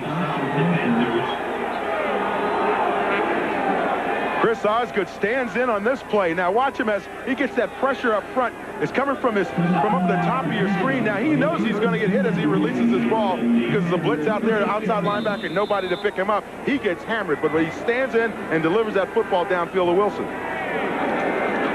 6:27 remaining in the half. It's 10-7 Pitt. But Chris Osgood and the Aggies have a pretty good drive going.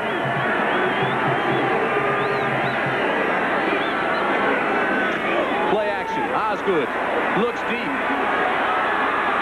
Intercepted.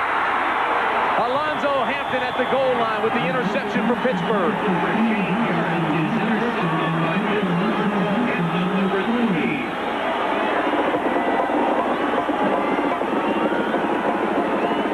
It was intended for Garrett, underthrown, and Hampton made the INT. Now, Garrett's got to understand, when you're down close to that end zone, anytime you're out on a pass pattern, if it looks like the defensive back is in better position to catch the football than you are, you got to come back and do your best to reach up and slap that football away from that defensive back. In that case, you have to become the defensive back. Osgood underthrew it a bit, though. The 16th interception of the year for Pitt. 1st down. The ball marked at the 1 for the Panthers. Richards to the 5. Carries tacklers almost to the 6. Richards carries for the Panthers. Let's go to Leslie Visser. Leslie? Tim, Texas A&M trainer Bob Heaton said that Lance Pavlis took a shot right under his flak jacket near his rib, and what happened was he lost the feeling in his hand. Now the feeling has come back, but he's not able to follow through. He can't complete the motion. He says when Lance feels he can go back in, he'll be there. All right, Leslie, thank you. R.C. Slocum and Texas A&M faced with a 2nd and 7. Outside goes Lewis. And he's got the 1st down. Finally stopped and tripped up by Frazier. But a big run by Lewis gives Pittsburgh some room. Key there, Lewis is able to hit the ball up in on that right side of his offensive line and break it back. Nice to keep those running backs coming in. You know, keeps everybody fresh in that backfield for Pitt. Dave Moore comes out. Lewis comes out. Redmond comes back in, and along with Richards. 1st down, the ball at the 13 for Pitt.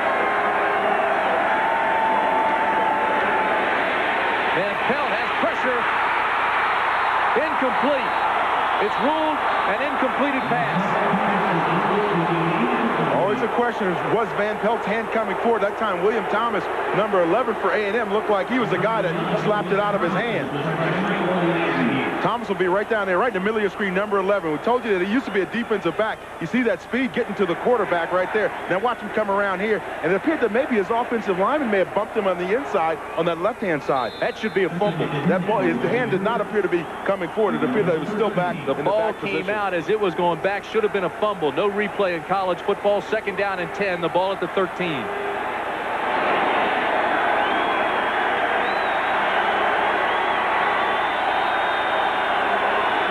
The pitch back to Richards.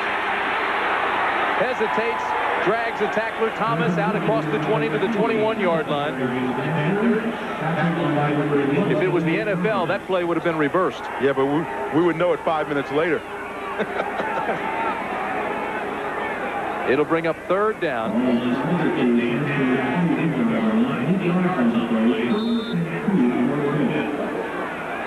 as you look at Bob Davie, the defensive coordinator, Pitt needs 2 for the first. 3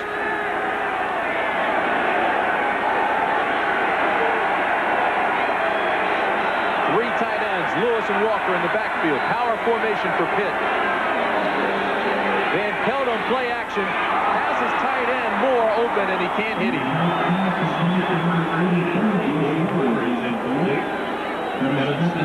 More than 50,000 fans here at Sun Bowl Stadium. It's the John Hancock Bowl, El Paso, Texas. Tim Brand along with Dan Jiggins, Greg Gumbel, and Leslie Visser. 4:13 remaining in the first half. It's Pittsburgh 10, Texas A&M 7. And Brian Greenfield of Pitt is on to punt. Shane Garrett is standing at his own 35 for Texas A&M.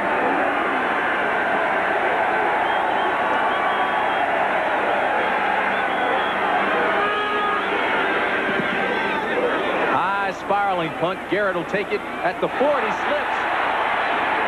Gets back up and needs some help. To the 45-yard line. A 38-yard punt, a 4-yard return.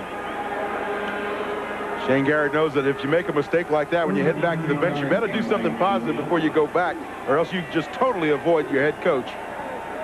Tackle was made by Eric Holsworth, so it'll be Texas A&M, which now has excellent field position. The ball marked at the 45 with 3:59 remaining in the half. And the Aggies trailing by 3.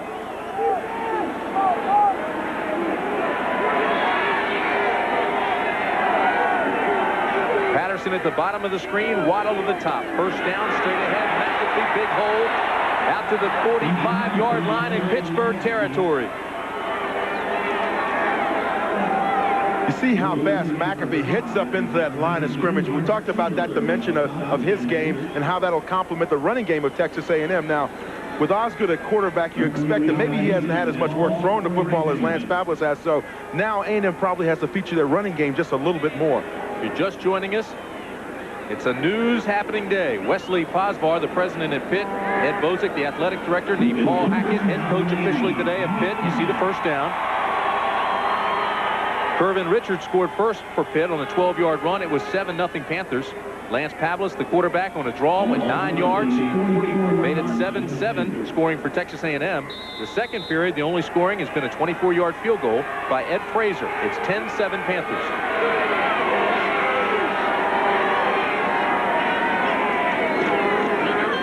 Big hole right side. Wilson down to the 36. Inside the Panther 40-yard line. We talked about that running game for A&M. What do? You load it up front. You go behind those big guys up there. Told you they're averaging around 300 pounds and about 6'5" or 6'6". So why not? Load it up and let your running backs have a good day.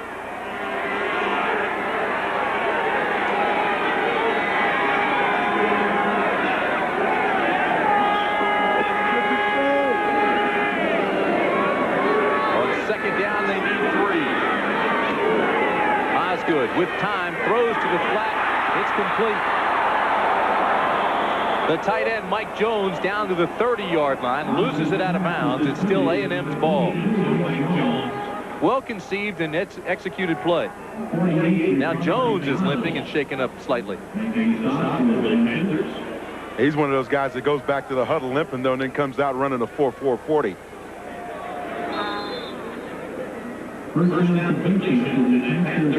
Bob Toledo, the offensive coordinator at Texas A&M. Former quarterback, said he stopped in with the 49ers for long enough to get a cup of coffee. Then they chased him out. On first down, the Aggies go straight ahead. McAfee with a hole inside the 15 to the 7-yard line.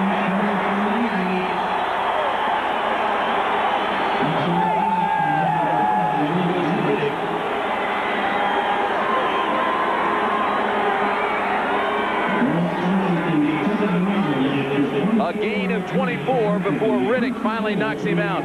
Let's watch the sophomore from Sugar Land, Texas. Nice little move in there. You see he's getting that good blocking up front. Saragusa, number 98, has a chance to make the tackle there, but McAfee, as we told you before, is one of those slashing, quick runners, and he gets down and almost scores for the Aggies. First and goal at the 7. Wilson inside the 5 to the 4. There is a flag now. Hamilton tripped him up. Here's Guy Gibbs with the call. Holding against the Aggies. Tough call on a running play down near the goal line to get a holding penalty. R.C. Slocum still trying to figure that one out. Because how do we get a holding penalty on a run play, especially a quick hitter? That's the 5th penalty for A&M, 50 yards. Get a holding on the offensive team. Guy Gibbs looks like he's having fun today. He must not have been at all the festivities this week. There you see the play selection for Pittsburgh and Texas A&M. A&M favoring the run a great deal. Pittsburgh going the other way, throwing the ball. As a matter of fact, they started out the ball game pitching it up. First and goal at the 17 now. Clock continues to move. 2:35 remaining in the half.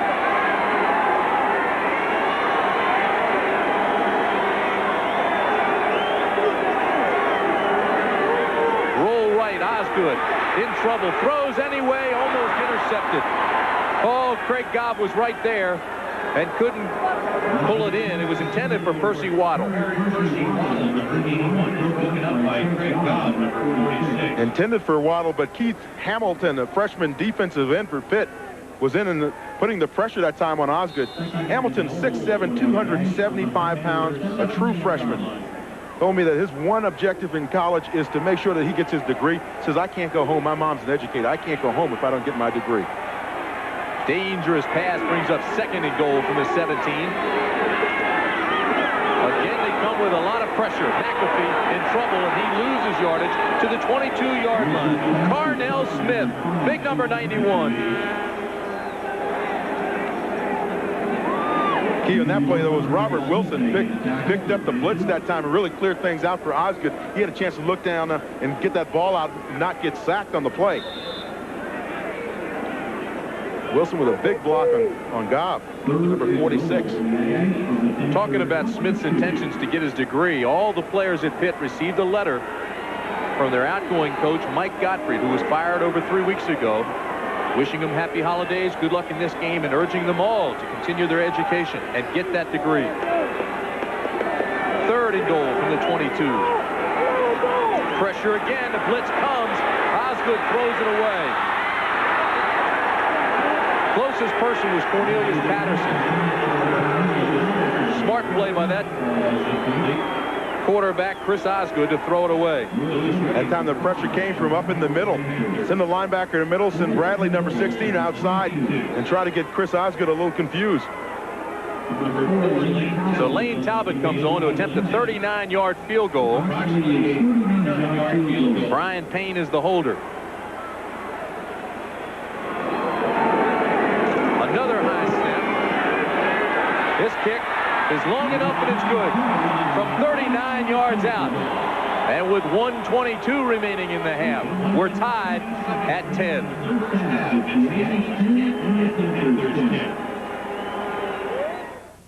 Introducing the 1990 Toyota Celica.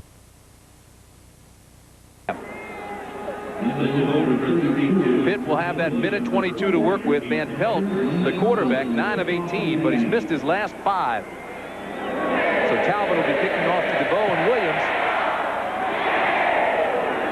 This is DeVoe at the 15. Breaks a tackle to the 25 to the 27-yard line. 12-yard return stopped by Deion Snow.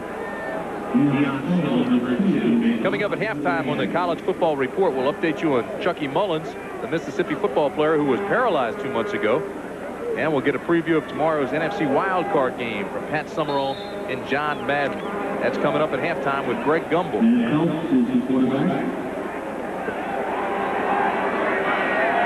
First down at the 27.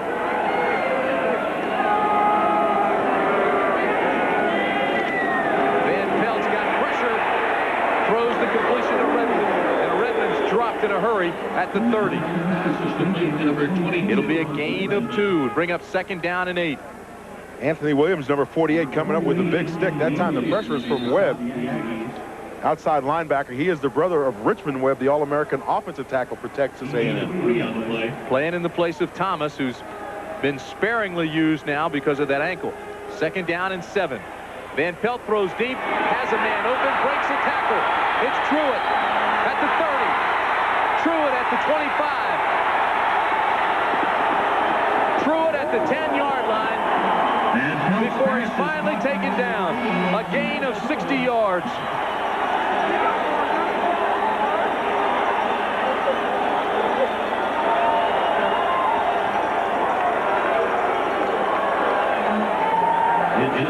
Alex Van Pelt, we tell you, this kid is a great quarterback, only a freshman. And here, you see Derek Frazier getting beat on that side by Truitt. Now he cuts back across the field. That's a nice open field running here, finding those spots. You see Smith, number 26, chasing him down. And I told you, he's a big play guy back there for A&M in that secondary. And he finally makes a stop and saves a touchdown. Orlando Truitt, just a freshman. Out of Birmingham, Alabama. 6'1", 190 pounds. 2 receptions, 76 yards. Both of the wide receivers for Pittsburgh today have posted some big numbers against the secondary of Texas A&M. Alex Van Pelt, their young quarterback, came out throwing. He's still slinging. Came down here to the Wild West, and he decided to pull a 6-shooter. Paul Hackett has called his entire team off the field over to the sideline. He's talking to them with 34 seconds remaining in the half. More than 50,000 at Sun Bowl Stadium today for the John Hancock Bowl.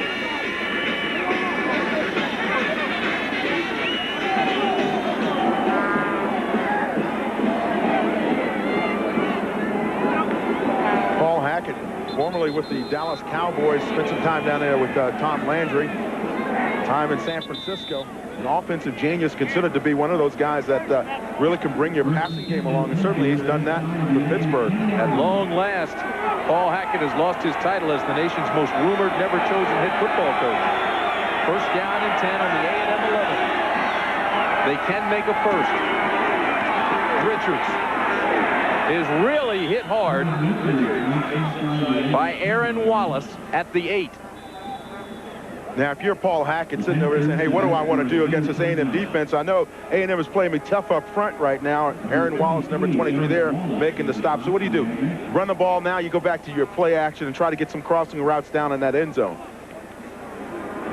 Van Pelt has responded well to the blitz. 29 seconds remain in the half.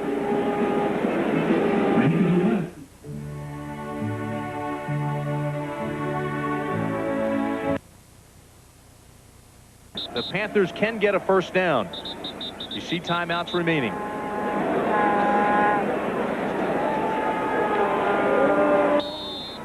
Bob Davies, defensive coordinator for Texas A&M, sending in his signals along with R.C. Slocum. Said the interesting thing is R.C. was the defensive coordinator at A&M before Davies took over. Has not interfered at all in Davies' moves defensively. Play action. Van Pelt rolls right, has room, throws back. Incomplete. Oh, Sykes was open and dropped it.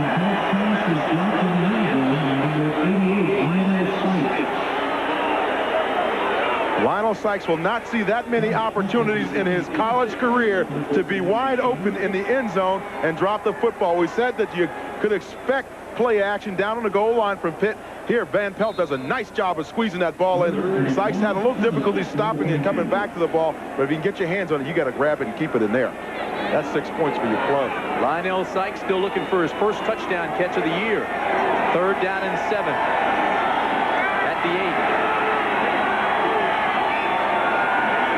Richards and Redmond are the setbacks behind Van Pelt. A&M's coming. Redmond touchdown. Ronald Redmond.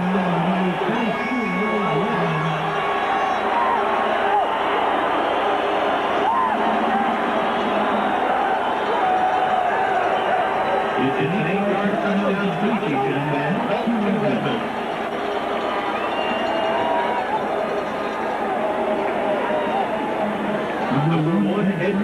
Texas A&M brought their strong safety, Deion Snow, on a blitz.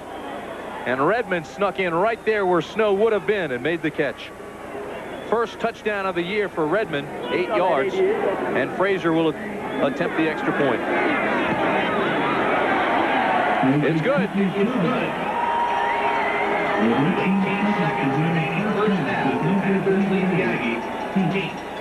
18 seconds remain in the first half. It's Pittsburgh 17, Texas A&M 10. 1876. Texas A&M recognizes the blitz from Snow, number 2, right up in his face, and he dumps it off to Redmond right there, 22, and he gets in for the score. That's right where Snow came from. Another look at it now, as Van Pelt will probably see it, and you see the defense now coming in, the pressure from Snow, very calmly dumps that ball off. Now watch Redmond. Gets down, he gets punished a little bit near the goal line. You got to start thinking about old Redmond here. He's down on that goal line. He says, hey, look, I got one thing in mind. Ronald Redmond says, get into that end zone. His first touchdown of the year. 17-10 Pitt. 18 seconds remain, so Ed Frazier prepares to kick off. Correction, it's Jeff Van Horn. Low squib kick. This is Bradbury. And Bradbury gets out to the 35. They'll stop the clock at 11 seconds. So it's a return of 17. A&M has good field position, but not much time. Finally stopped by Jermaine Williams. There is a flag down.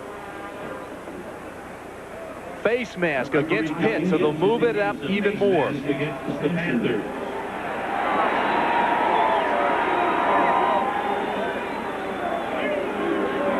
Face mask penalty, 5 yards on the kicking team. Incidental face mask call there, not the 15-yarder, only the 5. But what does that mean, Dan, with 11 seconds left? Well, it means that Chris Osgood's going to have to go up top. If they want to try to get into the end zone, maybe you run your trips or something like that. How many plays does he have here? First down at the 42. 2 max. Osgood throws out. He wants to get out of bounds. It's complete to Simmons. He stops the clock at midfield with 4 seconds left. For number 33, Randy Simmons is complete. Stopped by Hampton, still out of field goal range. Unless Tony Franklin were still playing for A&M, kicking one of those 65-yarders. Still the record down here at the Sun Bowl. Excuse me, the John Hancock Bowl. Lane Talbert's longest is 46 yards. Way out of his range. 4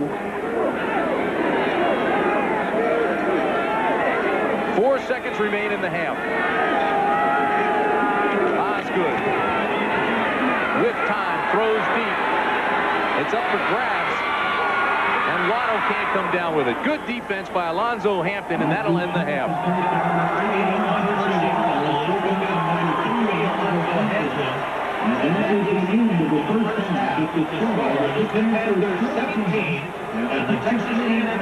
Coming up at halftime, Greg Gumbel.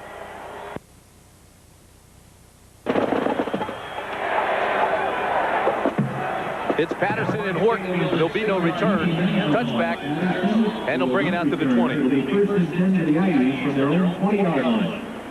This game is a reward for the players, a financial bonus for the schools, great public relations and financial boost for the city of El Paso, and a festive time for all involved. The people here with the John Hancock Bowl should be awfully proud of the way that they've treated the players.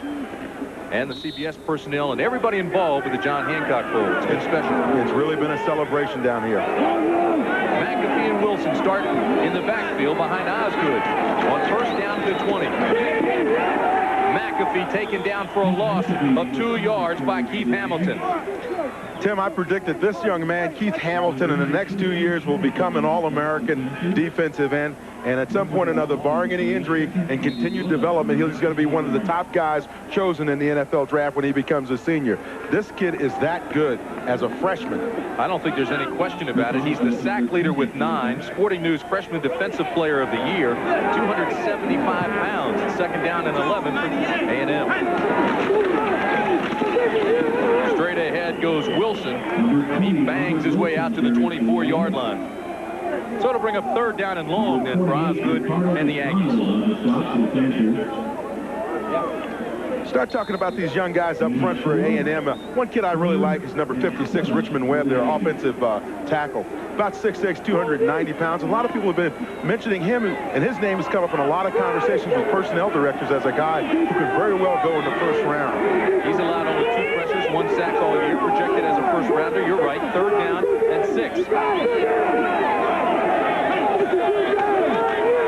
Osgood this time has time. Throws over the middle, incomplete. Great coverage by Lewis Riddick. Percy Waddle never had a chance. Riddick got there the same time the ball did. See, that's what you look for out of your cornerbacks, that ability to time it up, come in there and reach over and slap the ball away without getting the interference penalty on that. It was a play very similar to that, where an A&M player was called for interference against Arkansas that cost him the Southwest Conference title. Wilson will be punting to that man, number 3, Hampton. It hits at the 45. Hampton goes all the way back to the 30 and goes out of bounds at the 35. So it's a 46-yard punt and a 6-yard return. And Alonzo Hampton's trying to get that face mask call there. He felt that his face mask was grabbed on the return. If you're just joining us, that man, Paul Hackett, making his debut today as the official new head coach at the University of Pittsburgh, named moments before the opening kickoff of this game. The president, Wesley Posbar, the University of Pittsburgh, athletic director, Ed Bozek, made the decision, made the announcement to the players in the locker room. First down and 10, the ball at the 36 for Pitt. Richards breaks a tackle into the secondary, has a first down for Pitt. Strong second effort, finally stopped by James Webb. I want to show you something with Kervin Richards. You see how he hits up in there, and he can get into that line of scrimmage, do a little hesitation move up in there, and allow the play to develop, and then he goes back full speed from a dead stop to run the football. The average is 171 yards in Pitt's last 3 games. He now has 88 in 12 carries here. Bundy comes in to join Richards in the backfield. First down and 10. This is Bundy. Jimmer Bundy, 245 or 240 pounds of all fullback. Now, he's about 5'11" or so. So who does he remind you of? Greg Hayward, right? Ironhead Hayward, who played at Pitt. Same kind of fullback.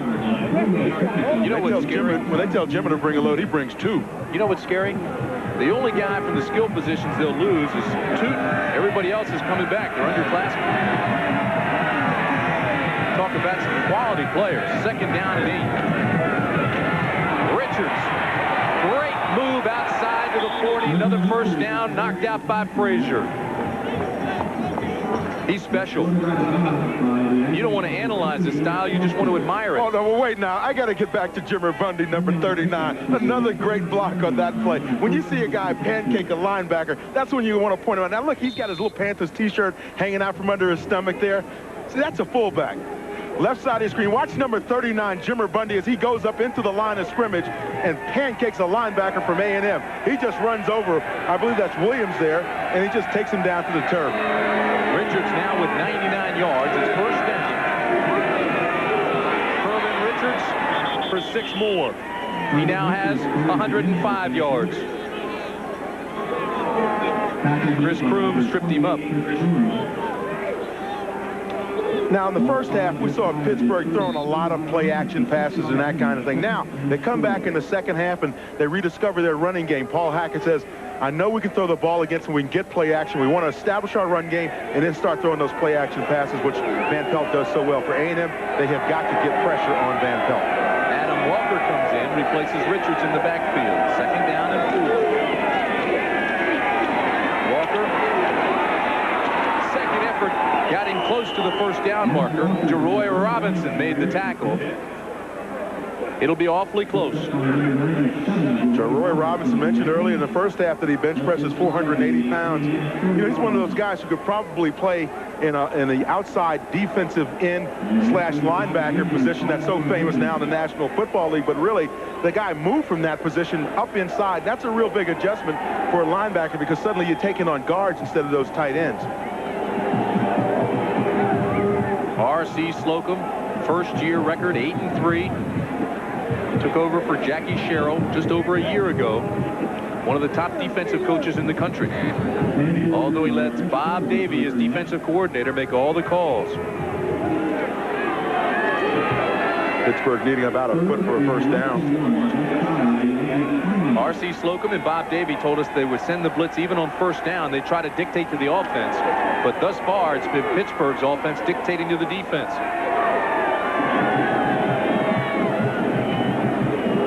Pittsburgh, I might think about handing it off to Jimmer Bundy if he's in there. If not, hand it to one of those big tailbacks. 3rd down and less than 1. Power formation.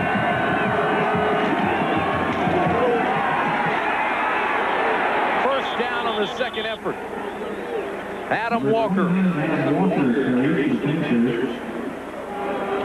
Walker's 6'3", 200-pounder from Homestead, Pennsylvania. You can see he's a little bit rangier than Richards is. As you mentioned, he's 6'3", and that really gives you another dimension coming out of that backfield. And I'd like to see him catching the football a little bit more. It's really like another wide receiver. Tim Brand along with Dan Jiggets, Leslie Visser. Greg Gumbel is here as well. The beginning of the 3rd period in El Paso. It's 17-10 Pitt, but the Panthers are threatening again. Play action on first down. Backside pressure, and Van Pelt is sacked. The pressure came from Aaron Wallace, the outside linebacker. His 12th sack of the year. That's 44 for his career, a school record at A&M.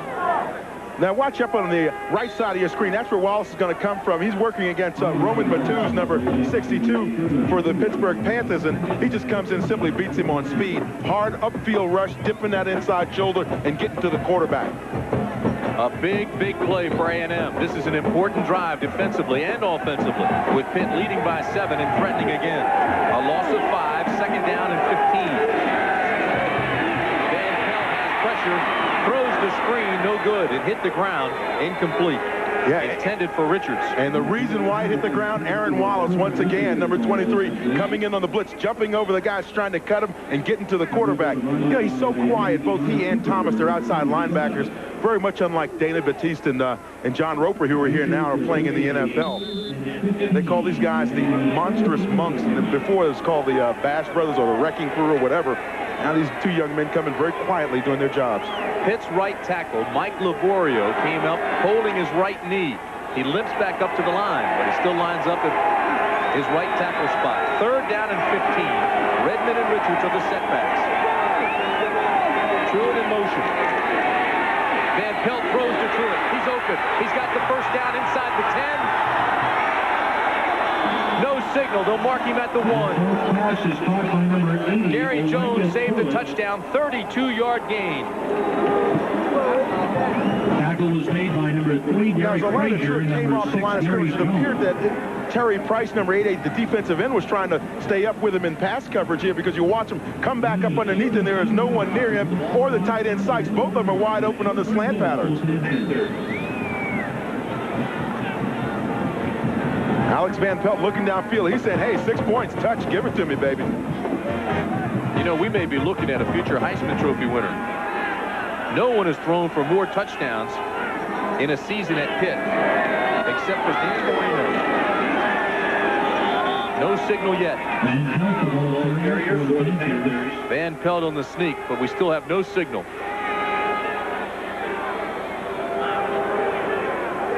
Touchdown. Touchdown, Pittsburgh.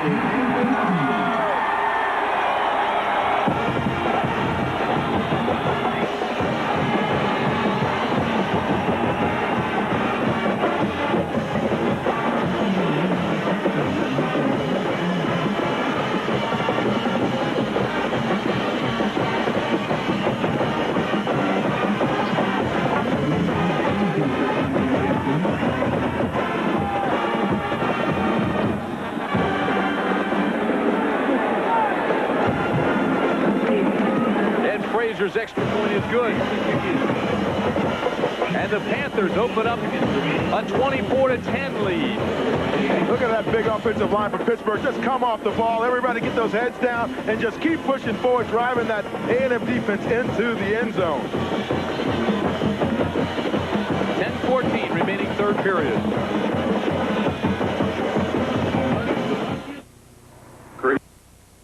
Took 3 minutes and 19 seconds. The big play, Van Pelt to Truitt, 32 yards to the A&M 1 on 3rd and 15. Van Horn, number 4, to kick off to Patterson and Garrett. This is Garrett at the goal line. Garrett is tripped up at the 22-yard line, so it's a return of 23 yards. And Heath Snell makes the stop. Down here at the tail end of the Rocky Mountains in El Paso, Texas, one of America's best-kept secrets. This place is an awfully nice town. Lance Pavlis does come in, despite what R.C. Slocum told us at halftime. He told Leslie Visser that Lance Pavlis would probably not be back in. So if you think these bowl games don't mean much, take a look at this. Hey, it's his senior year, last game for him. He's going to go. McAfee loses a couple of yards. Great pursuit by Carnell Smith, number 91. Really had a nice conversation with Carnell Smith. I told you earlier about how he set goals for himself. He said he set goals when he was in high school, and he achieved them. He set goals since he's been at Pitt, and he's achieved them. And one of them was, and the most important one was to graduate. He's become a starter, 3-year starter for Pitt. Now, next goal, the National Football League. He says, "Let's have a great game today, and then look forward to the bowl games." A loss of 4 makes it 2nd and 14. Pavlis avoids pressure, rolls right, now throws to Waddle. First down, Texas A&M. Percy Waddle working on Alonzo Hampton. Hampton stops him, and you can tell Pavlis is in pain. Great courage by Lance Pavlis to come out when your ribs are hurt. It hurts just to lift your arm up. And here's a young man playing in the quarterback position where he's got to throw the football with that kind of pain. Waddle's 4th catch of the afternoon, 19 yards as you look at Lance Pavlis, academic All-American, sociology major. Handoff Wilson, big hole straight ahead, down to the 38-yard line.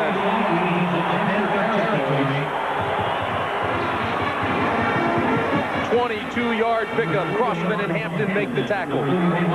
Big blast right up the middle of that offensive line. It appears that A&M offensive line went over the sideline, got a little edge on themselves, coming back out here, moving some people off the ball, giving Wilson a chance to get downfield. I'll tell you this, it's a pretty good matchup between the defensive right end, Carnell Smith, and Richmond Webb.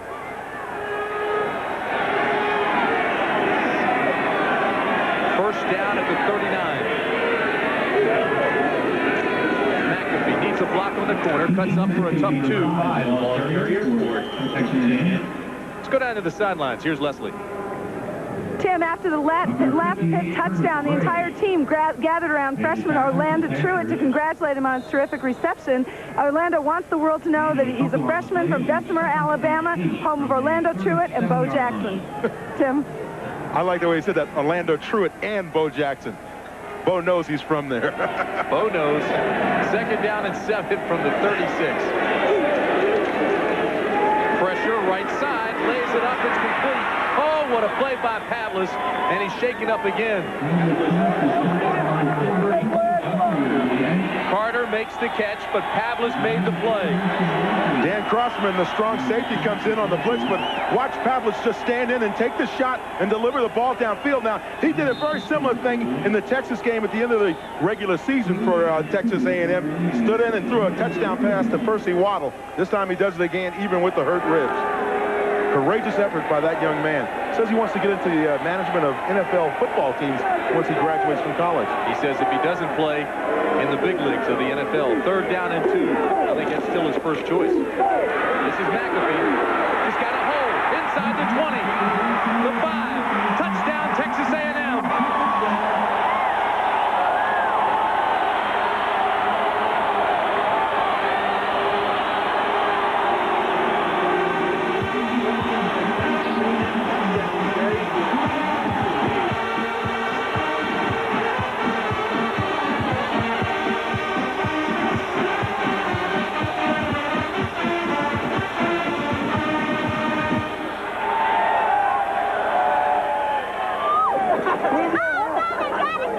They got him again.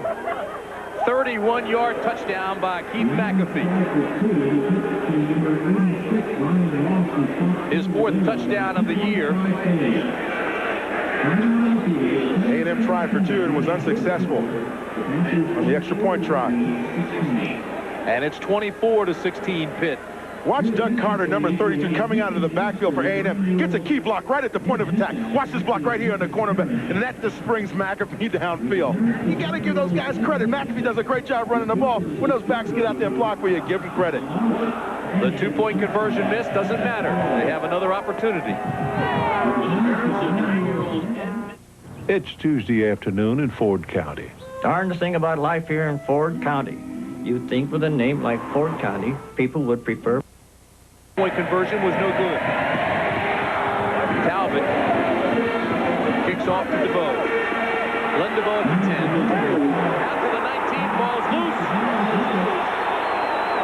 And Pitt gets it back. What a stick by Brian Edwards coming down on special teams. Separates him from the football. Watch the stick here now. Return, but watch this. Edwards just levels him right there. And he is a 12th man. One of the students, not a scholarship player. Great lick. You see his teammates over on the sideline congratulating him. Mark Boykin made the recovery, however. 1st down, the ball at the 18.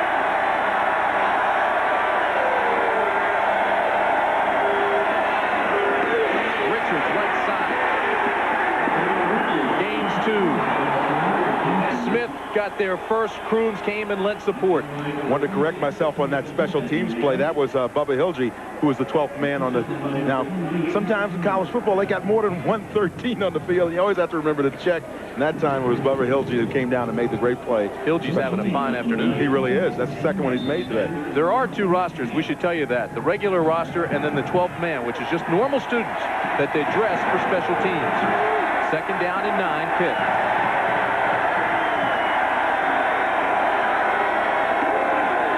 Play action after the fake to Richards. Van Pelt throws wide open tight end Dave Moore. Fumble.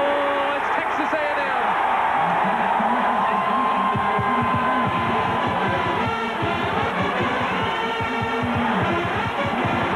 Kevin Smith made the strip and the recovery.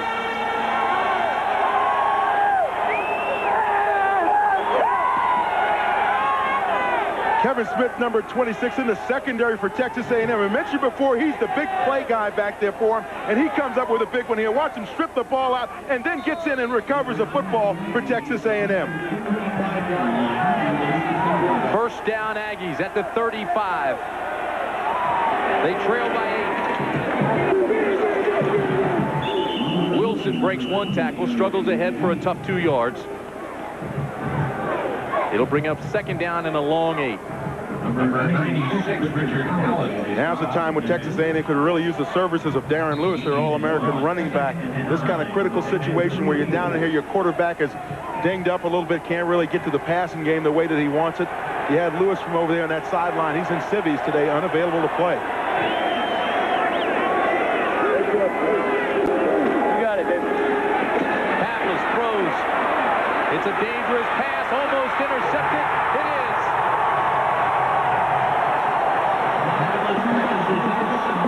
Pitt gets it back. Etzler makes the big interception after the tip. And the Panthers get it right back.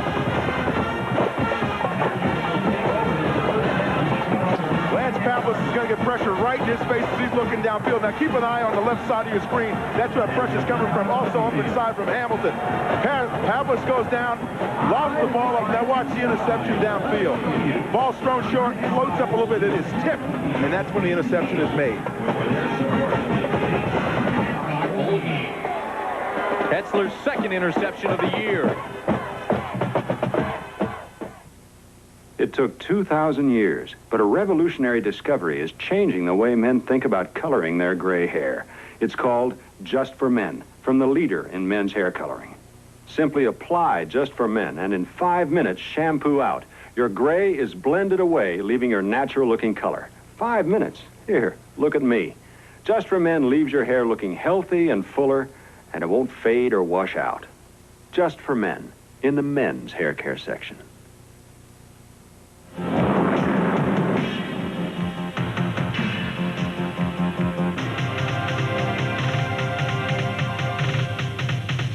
We're looking for a few good men with a medal to be Marines. This is Nicorette. Nicorette is nicotine gum.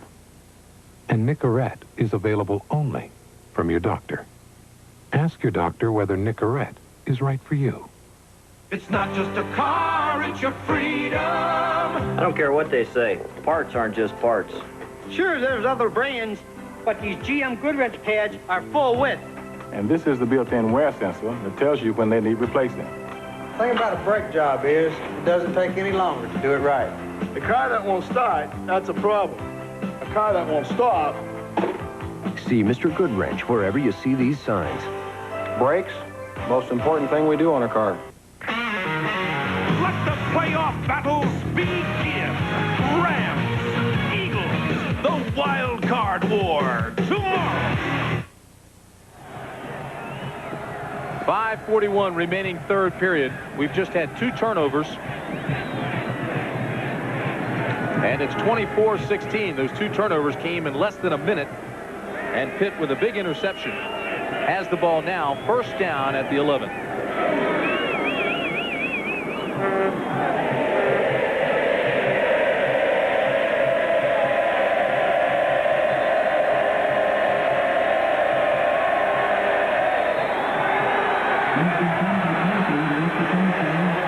Alex Van Pelt, the freshman quarterback,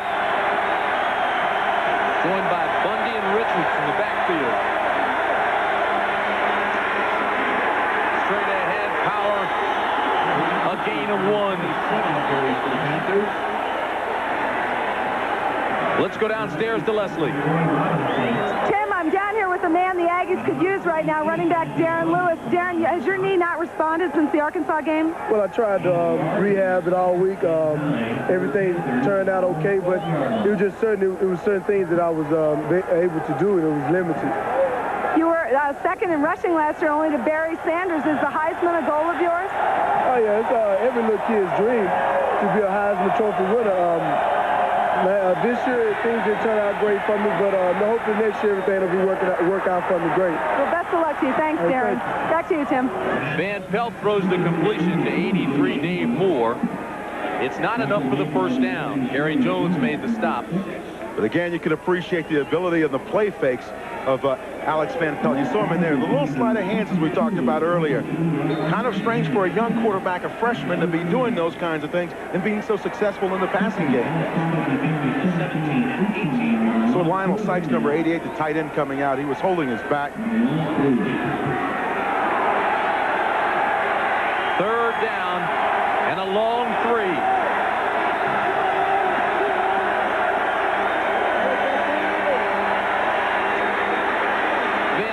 Throws, has a man, first down. It's Truitt at the 35-yard line. Brought down by number 48, Anthony Williams. Orlando Truitt is finding those little holes in there in that zone and just kind of floating in there, finding a little pocket. Van Pelt has enough time to let him run the route 15 yards downfield and head out towards the sideline on that out pattern and still get to that open area. A gain of 17, the 4th catch for Orlando Truitt. So it was freshman to freshman. Van Pelt to Truitt. down straight ahead, Redmond. He gains 2. Tomorrow in the NFL Today, join Brent, Irv, and Dick Butkus. And they'll have complete coverage of all the NFL playoffs. You'll also hear from Rams coach John Robinson on LA's playoff hopes. For comprehensive NFL coverage, it's the NFL Today, noon Eastern time, followed by the Rams and the Eagles here on CBS. NFC Wildcard. 2nd down and 8. Van Pelt throws deep to Tooten, overthrown. Alex Van Pelt has been able to go to his wide receivers virtually untested all day in terms of the coverage that they're seeing from A&M's defense. The secondary of A&M has not covered Tooten and Truitt all day. Pretty good coverage that time by Kevin Smith. Yeah, I think if he'd have pulled up and ran a break-off route, he'd have been open one more time. Kevin Smith is the one guy back there, though, number 26, who has had a good day in terms of his coverage and his stripping of the ball in that big turnover. It is a young Texas A&M defense with 3 freshmen, 2 sophomores, 2 juniors, and 4 seniors. 3rd down and 8. Van Pelt throws underneath. Not enough for the first down. Richards hit almost immediately by Trent Lewis. So A&M holds, and Pitt now will have to punt. Trent Lewis is another linebacker Texas A&M should keep your eye on for future reference. Another guy that might very well sometimes step up into the NFL. Brian Greenfield to do the punting. 3 punts. He's averaged just over 40 yards. And there's Shane Garrett. Garrett ranked 5th in the Southwest Conference in returns, standing at his own 13. This is a tail wagger, not very high and short. Garrett takes it at the 15, and he's hit. Robert Bradley with a great lick. 46-yard punt, no return. So we had a tail wagger punt and then a slobber knocker hit. Is that what it is? Watch this hit downfield. Bradley coming in, hit down, full head of steam, and he just runs over Shane Garrett. That's a butt buster.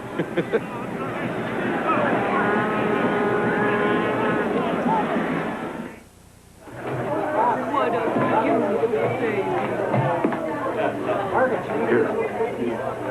What's this?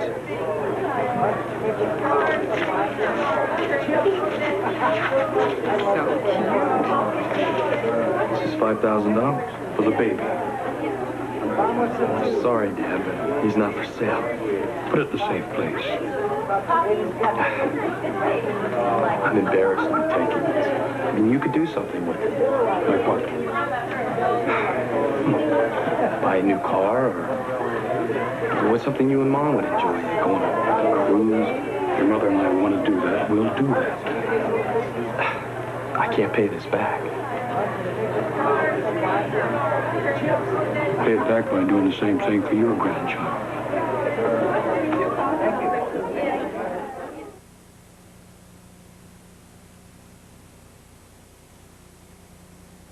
Behind the Leafs is a minivan for kids with parents. And let's face it, we all have them. Yeah. The all-new Oldsmobile Silhouette. Talking radical concept here. Your own window seat. Room for lots of things. And neat stuff to keep your parents from bugging you on long trips. Besides, Silhouette makes them look cool. Right. This is not your father's Oldsmobile. Ready, dudes? And they need all the help they can get. Yeah. This is the new generation of Olds. The road to the Final Four continues. 11th-ranked Arkansas traveling to Tark's Tank to take on the 12th-ranked UNLV Running Rebels. That's NCAA college basketball coming up next. CBS Sports. James Brown and Billy Packer down there. For Over There. Had some time, spent some time last year at the regionals of the NC2As with Nolan Richardson. Or Up There. Up there, Over There. First down at the 16. Pavlis, quick throw to the outman. Patterson. And he's hit immediately by Hampton. Now, to throw a pass like that, you have to believe Lance Pavlis is feeling a little bit better in terms of those ribs, because that's a quick hitch pass where you just take a step back and you have to nail the football. If you don't zip it out there, it'll get picked off. He is playing with pain, even if he is feeling better. 2nd down and 4, the ball at the 22.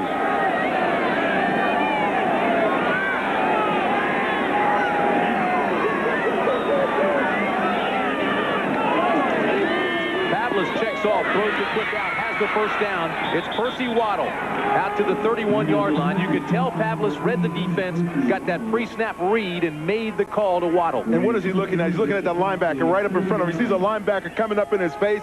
Senior quarterback says, hey, I'm going to check off and zip it out real quick to my wide receiver. Gain of 10, fifth catch by Waddle.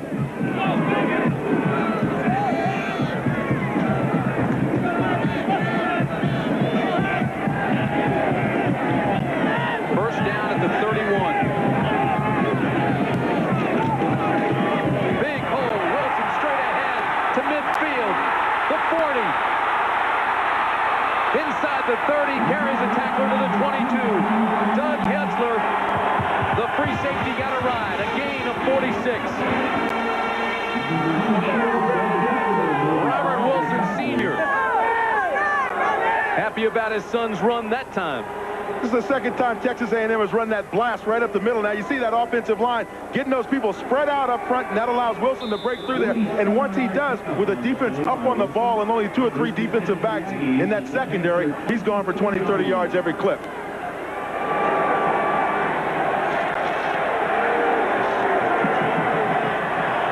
Doug Carter comes into the ball game. Gives Wilson a blow. This is McAfee to the 19-yard line. McAfee carries for the Aggies.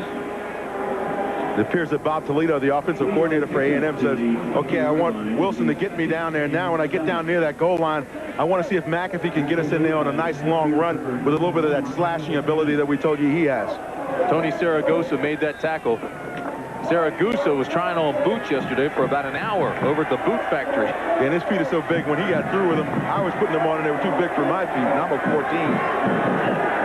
Second down and 6 at the 19. McAfee, big hole, inside the 10, to the 5, to the 1-yard line.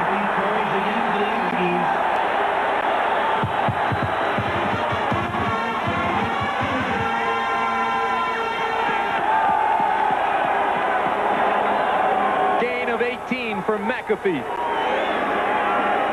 Stop made by Alonzo Hampton, and he saved the touchdown, Dan. Yeah, but he got good blocking here. McAfee did from the backside of his offensive line. Now watch him go up over the top, just driving towards that end zone. What an effort there. Good effort, though, by the Pittsburgh defense to prevent him from scoring. First and goal at the 1. Over the top. No signal. He's close. There it is. Touchdown, Texas A&M. McAfee. See, R.C. Slocum said they're going to go for 2 points now in this. McAfee's second touchdown of the afternoon.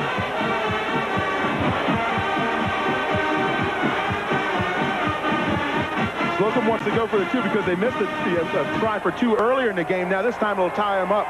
Right now the score is 24-22. A&M looking to tie it up on a 2-point conversion. Simmons and Wilson in the backfield. Garrett went in motion and Pittsburgh jumped. Flags fly everywhere. It appeared that Groot, the offensive guard, number 73, might have moved his outside foot on the pre-snap. You okay? Here's Guy Gibbs. Dead ball foul, illegal procedure. Keep in mind, in the second quarter, Texas A&M and Bob Toledo's offense had first and goal at the 7. A holding call, penalty, took them out of that. They were then sacked and never did get the touchdown, had to settle for a field goal. Well, now the thinking is that if you're A&M, now you're out of that running position and you've got to go to your passing game now. And keep in mind that Lance Pavlis does have a rib injury. This could be the last play, 3rd period. 5 seconds remain. Pavlis rolls right. Now looks back, throws. It's Garrett, incomplete. Great coverage by Lewis Riddick, the free safety. Got a penalty on the play. There is a flag. It's against Pitt, and the clock never moved. 5 seconds still remain in the period. They'll have to adjust that. The flag is indicated against the Panthers.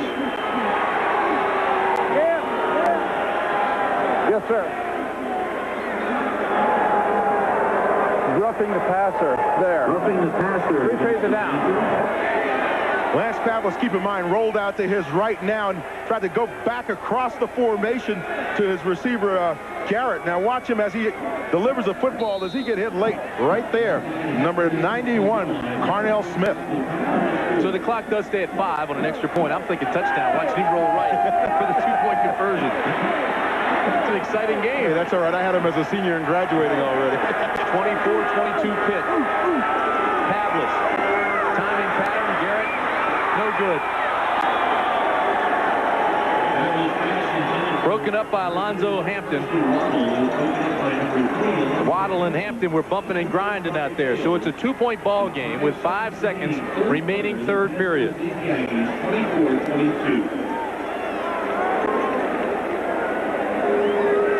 On the touchdown play, Keith McAfee goes up over the top, gets airborne. That reminds you of a lot of those running backs that you've seen over the years.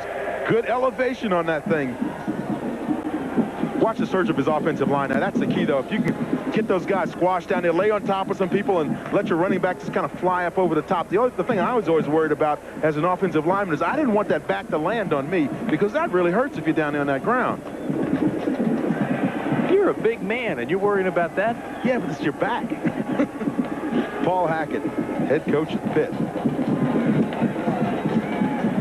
Give us an overview, Dan. What's going through his mind? His first game officially as the head coach at Pitt. Well, he's thinking now, in the first half, we got into the game and stayed ahead in the game by throwing the football and then using our play action. In the second half, they tried to run the ball a great deal more, and as a result, A&M has caught up with them.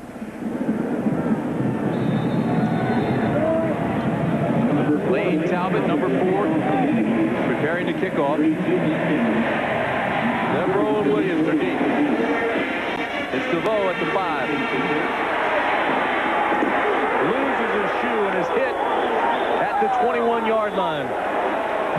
That's our guy, Bubba Hilge again, the 12th man. Non-scholarship player. That's his 3rd big hit of the game. That's the end of the 3rd period.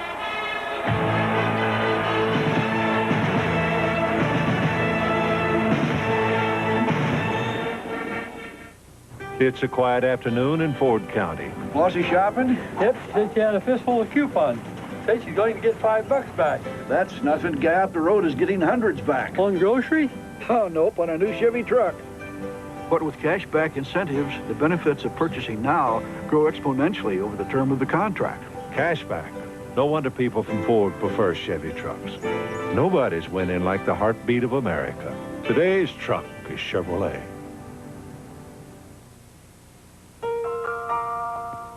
Come to a place called El Paso, where a morning walk can become a conversation with nature. And a short ride can take you from a modern city to an ancient culture. A place where the West Texas sun rises over 4 centuries of history, and the sunsets go on forever. Come to a place called El Paso. This is CBS.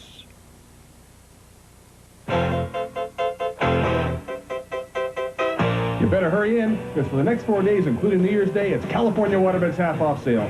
That's right, only at California Waterbeds can you pick out that beautiful new bedroom set, start enjoying the best sleep of your life and pay as little as 50 cents on the dollar. So hurry in and save on California Waterbeds' giant selection, including heated waterbeds, starting only $199. Over 20 styles to choose from, save up to 50%, all under $300. Remember, it's 4 days only, and it's only at California Waterbeds, including New Year's Day. Hello, I'm Charles McPherson, President of McPherson Oil Products. Remember the good old days when you could get your windshield washed or your oil checked at a price you could afford? Well, we can't go back to the past. But at McPherson Oil Products, that old-timey tradition still exists. Whether we're delivering quality service in these big yellow trucks or delivering premium lubricants like Mobil 1, this new synthetic works as hard inside your engine as we work for you. At McPherson Oil Products, we've come a long way since the good old days, but we haven't lost sight of where we've come from. The biggest sale of the year is now in progress at Ronnie Marchant Furniture, Westlake Mall, Bessemer. This is it. Ronnie Marchant Furniture Scratch and Dent Floor Sample Sale. Save up to 70% and more on everything in the store. Ronnie Marchant's loss is your gain. Save on bedrooms, living rooms, dinettes, recliners, TVs, stereos, daybeds, curio cabinets. Everything has to go. This Scratch and Dent Floor Sample Clearance Sale is the biggest sale to ever hit the furniture market in Alabama. Don't miss out on these fantastic values. Some items going for pennies on the dollar. Ronnie Marchant Furniture, Westlake Mall in Bessemer. Open Sunday 1 to 5. Get ready for 42. CBS Sports coverage of the John Hancock Bowl is sponsored by the new generation of Oldsmobiles. Step into the future now at your Oldsmobile dealer. AT&T, the right choice. And by John Hancock Financial Services. Real life, real answers. First down, Pitt at the 22. It's Richards and Bundy in the backfield.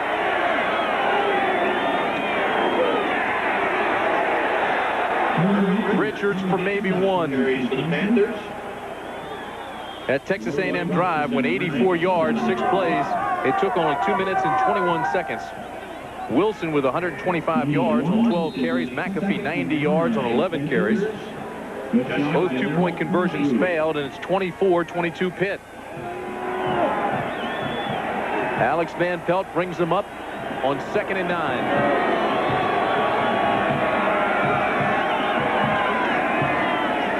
Richards to the 27-yard line. Williams made the stop. Right now, let's go down to Leslie Visser. Thanks, Tim. I'm here with Bubba Hilge, who's a member of the elite corps, the 12th man on the team. Bubba, what is the role of the 12th man at Texas A&M? Well, 12th man consists of a bunch of crazy idiots behind me here. We compose of a kickoff coverage team during our home games. We cover all the kickoffs. It symbolizes kind of the student body. We stand behind our team the entire time. Well, we're an extension of the student body on the field. I just wish my whole team would take the field with me. I feel kind of alone out there right now. We are having a great game. Do you wish you'd ask for a scholarship? I had scholarships to smaller schools, but I took a 4-year military. I'm in Corps Cadets at A&M. Took a 4-year scholarship to A&M and decided to walk on the team from there. Okay, well, that's great. Thank you, Bubba. Best of luck. Good luck to you. Mom, Dad, love you. Wish you were here. Thanks, Bubba. Congratulations. Irvin Richards with a big gain on 3rd down and 3. It's first down Pitt. The stop was made by Chris Grooms. That's fun, isn't it? Sure is, but it appears like Irvin Richards may be dinged up over in the sideline, and certainly if he is, that's a big blow to the Pitt offense. You can see here already he's got 19 rushes, 124 yards, but that 12th man is a great story at Texas A&M. True amateurism in college sports. Walker right side to the 44-yard line. Gary Jones made the stop. So Bubba knows how to take the mic too, doesn't he? I think didn't want to give it up. Got some airtime today.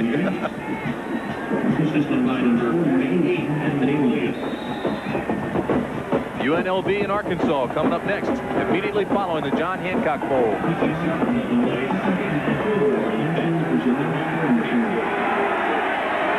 It's a 2-point game. Richards stays out. Walker and Bundy stay in. Walker close to the first down. He has it. Out near midfield. Walker carries once again for the Panthers. Fine run by Adam Walker. By number 28, Chris. The senior from Homestead, Pennsylvania.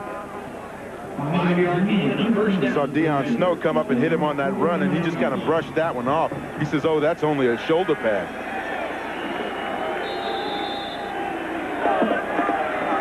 Walker comes out, Bundy comes out, Richards comes back in. 2 tight end formation.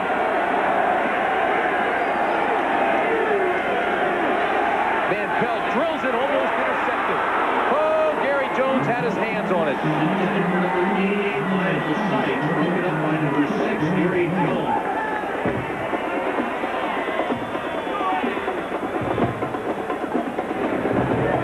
Sun Bowl Stadium, the John Hancock Bowl. We're in El Paso, Texas. Tim Brandt, Dan Jiggets, Leslie Visser, Greg Gumbel, 12-13 remaining in the ball game. The Pitt Panthers lead Texas A&M 24-22. 12-13 remaining in the ball game. The big story of the day, Pitt President Wesley Posvar has named Paul Hackett officially as the head coach. This ball is knocked down by Kevin Smith. So on 2nd and long, the defense rises to the occasion, and this is a banged-up defense. Texas A&M is mixing Mickey Washington, the cornerback. He's out with a fractured shoulder. 3rd in tackles on the team. Pat Henry is out with an injury, the nose guard, and William Thomas is not 100%, the outside linebacker. Bob Davey, the defensive coordinator there in the middle of your screen, knows he's got a job cut out for him today. He got those starters in there. Not only starters, 2 all-conference players are out. Redmond, the lone setback on 3rd down and 10. And Van Pelt wants a timeout.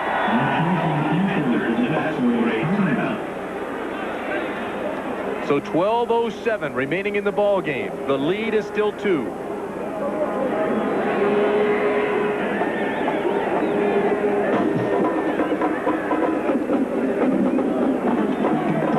Hackett over on the sideline discussing things with Alex Van Pelt. The thing you've got to believe is what he's saying is, look, Alex, we need this drive now. This is a critical time in the ball game for Pitt. If they can maintain the football, take it down, and get some points out, they got to get a touchdown because A&M and Lance Babel come back 2 times to just run the ball into the end zone on that Pitt defense.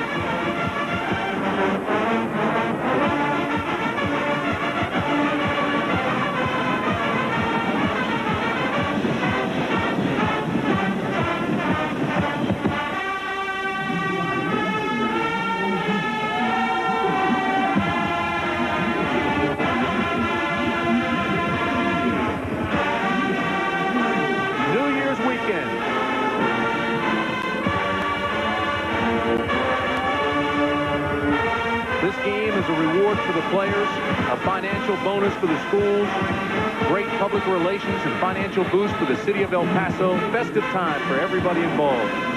It's not for the national championship, but it's not without meaning.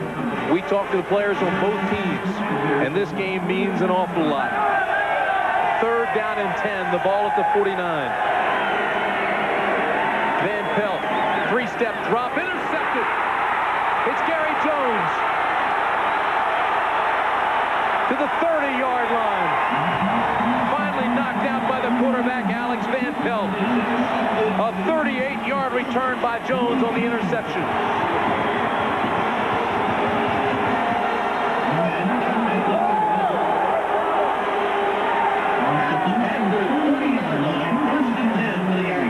Henry Tooten, number 81, is the guy that Van Pelt's trying to go to on a quick read. He reads it off the blitz. Now, Tooten's got to turn around and look for the ball. As soon as you break off the line of scrimmage and recognize the blitz, you got to look.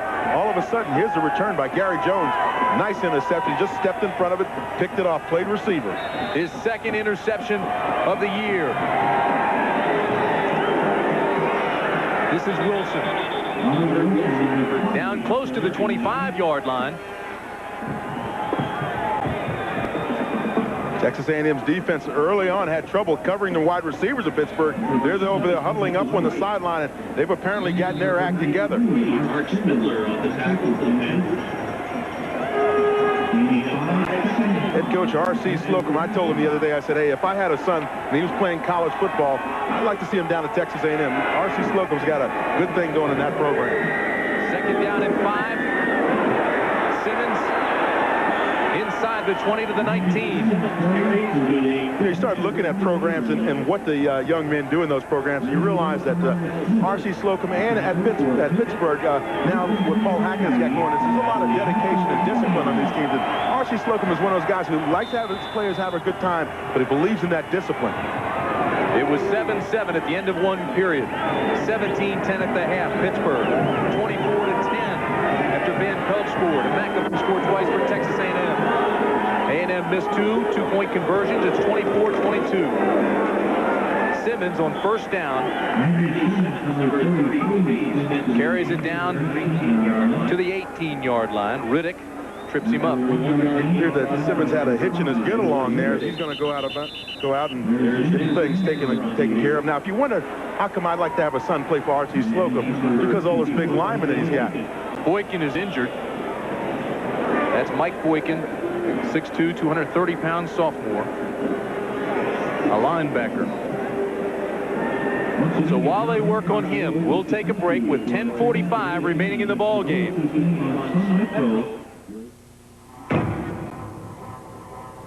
Dry was hot. Dry is Michelob Dry.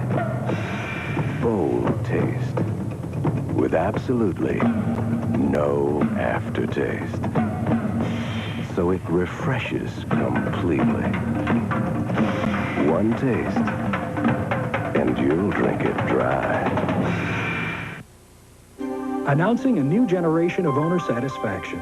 We're so sure you'll love your new Oldsmobile, we'll let you return it within 30 days or 1,500 miles if you don't. Who else does that? Unlike some warranties, Oldsmobiles covers just one part. This is the part. Oldsmobile now offers roadside assistance around the clock, even in places where there aren't any clocks. The Oldsmobile Edge, there's nothing else like it. If you want a little muscle in your car, forget your old routine. You gotta pump up.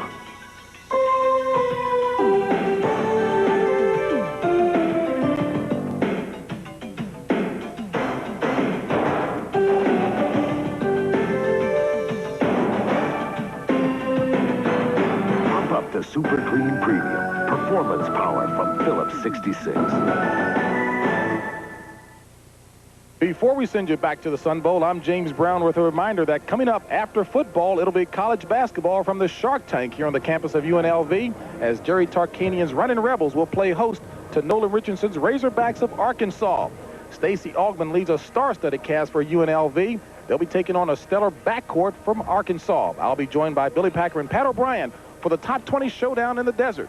Now let's send you back to El Paso, Texas to Tim Brandt and Dan Jiggets. So Boykin comes off. They helped him off. He couldn't put much pressure on his leg. And he's replaced by Curtis Bray at linebacker for Pitt.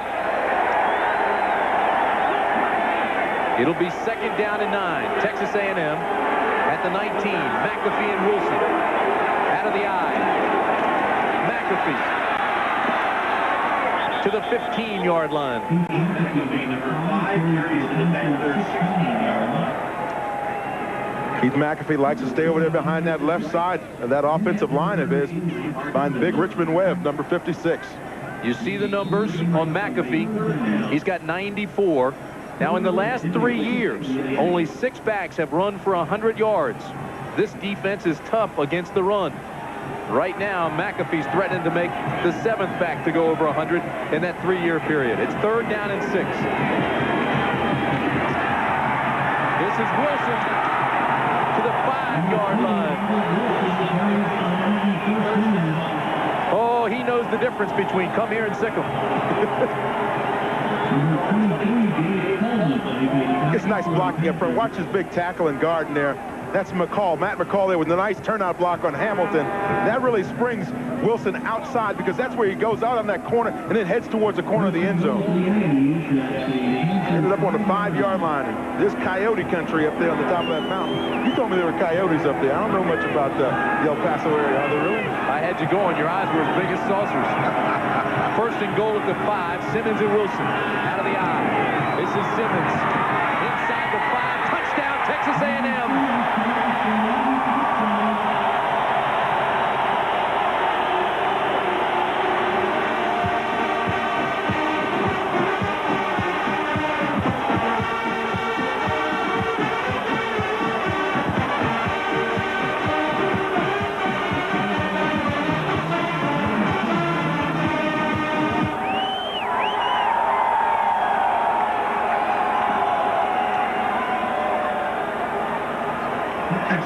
A&M wants a timeout. I guarantee you he'll think over whether to go for 2 or 1 this time. They're examining the score. It's 28-24 Aggies. So what that means is a field goal does Pitt no good. So what Pitt has to do is go for the touchdown, and then they figure maybe add on the additional 1 point. 1 field goal wouldn't help them. No. 2 would, so that's why you would consider going for the 2 points. Well, they always say it's what's up front that counts. This time, you see Alex Keith, 76, get a great block in there. That springs Simmons inside along with Webb and Wilson with a great block as well. Another look at it. Now watch Alex Keith, number 76, and the block from Wilson, 20, as he leads inside. Lead play there. Simmons goes right behind him and powers the ball into the end zone. Simmons getting a lot of airtime here today. Good cut up front there by Groot. Now watch him power in here.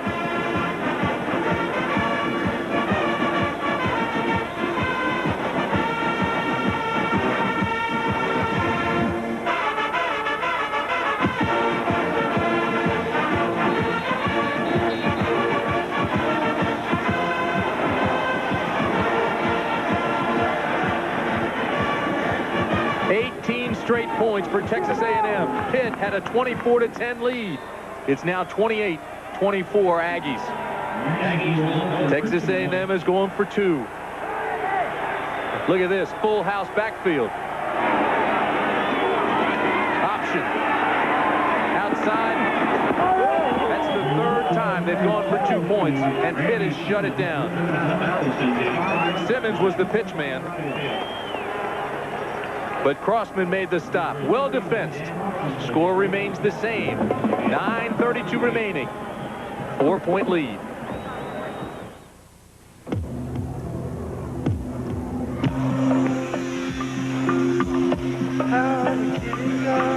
Carlos? Yeah. The bikes for Toledo. Gotta bring the handlebars together. Our bike business had never been better. So one day we just looked at each other and knew it was time to go public. Who's in this meeting? Our bankers and lawyers. Fax me those numbers. Nervous? Great, thank you. I'm very confident we'll continue to increase our market share next year. Je suis d'accord avec vous. Your red herring gives us an accurate picture of your capital needs. Where it feels right. When are we going to hear? Takes time.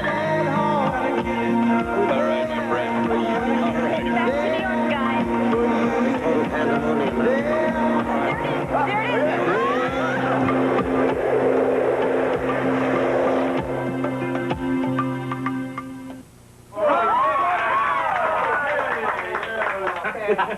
When you were 21, Yeah? we drank a toast to it. Yeah. We can't do that. When you were 30, Yeah. you could boast of it. Now you're 40. Look at there. See? So make the most of it. Well, isn't that clever?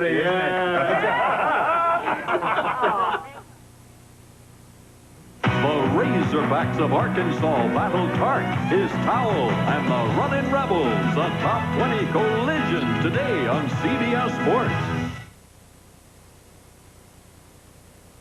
9:32 remaining in the ball game. It's 28-24 Aggies. This ball goes out of bounds at the 3. Flags fly, and they'll move them back. So now Texas A&M will kick off from the 30. Last 3 Pittsburgh possessions have gone like this: fumble, punt, and interception. So after having a 24-10 lead, the Pitt offense has really stagnated. We talked about them going to their running game as opposed to the passing game like they started up the game, and they were really successful against A&M. And suddenly in the second half, they decided to run the football. Now it's tough to get back into that passing rhythm. The wide receivers really weren't getting covered early in the game, but A&M's secondaries really figured out the riddle.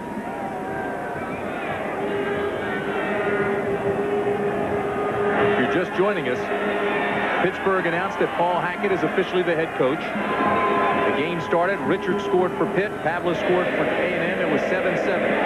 It was 17-10 Pitt at the half. It was 24-10 Pitt, and this ball will go out of bounds as well. But Texas A&M has gone on a tear and come back from 24-10 to lead by 4.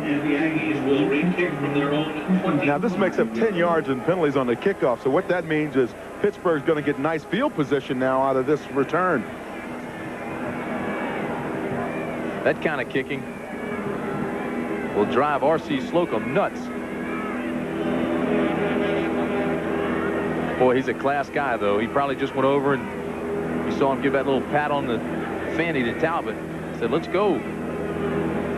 R.C. Slocum paid his dues, 17 years as an assistant coach You know what it's like when you're not the head guy. Now he's got an opportunity to be the lead dog, and he's really doing a great job of it. And they say if you're not the lead dog, the view never changes. A lot of similarities between the Texas A&M situation with R.C. Slocum taking over for Jackie Sherrill over a year ago, and what's happened at Pitt with Mike Godfrey being fired and now Paul Hackett being named head coach. Talbot will try it a third time. DeVoe at the 10 to the 20. Big hole across the 30. To the 37-yard line goes Glenn DeVoe. A 28-yard return tripped up by Derek Ritchie. Another reminder, tomorrow, the NFL Today with Brent Irvin Dick begins 12 Eastern time. And then the NFC wildcard game between the Rams and the Eagles. Who do you like in that one, Dan? We saw Los Angeles last week win that game over New England, and I have to believe Philadelphia is going to be the favorite in that one because they are playing in Philadelphia, and you know what that crowd is like in Philly. Our coverage begins 12 Eastern time. First down at the 38, Pitt. Richards cuts outside, has a hole across midfield to the 44-yard line. Finally stopped by Chris Crooms, the free safety. Tim, you saw right at the end of that play, Henry Tooten downfield blocking, blocking that defensive back. That's that extra little measure that you need downfield when you spring a guy like Curvin Richards. That's what happens, and that's when you get that big, long play. Now watch Tooten out here, number 81, wide receiver blocking downfield. Watch him stalk block there. You see him stalking that defensive back, staying up in his face, and that allows Richards that extra 5 or 10 yards. Gain of 19. This has been a strong fourth-quarter team this season, scoring 89 points in the final period. Richards tiptoes across the 40 to the 38-yard line. Gary Jones gets credit for the stop. What makes Curvin Richards so special is you see he's got that vision. When he pops up in the line of scrimmage, some backs are just straight ahead guys. He sees the whole field and is able to make those little subtle adjustments as he goes through the line of scrimmage. Swervin Curvin now has 145 yards. Came into this game averaging 5.4 yards a carry.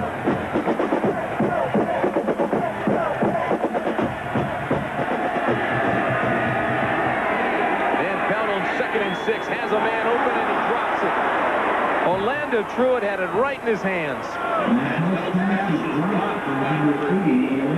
You're a young receiver like Orlando Truitt, you're thinking one thing, big game, you get down there and you want to catch the football and run with it. And Orlando Truitt runs before he catches the football here. You see him, he's going to start up to get going here, take his eye off the ball just for that second, and that's a critical time. When it's coming into your body, you got to keep your eye on it. It'll bring up 3rd down and 6.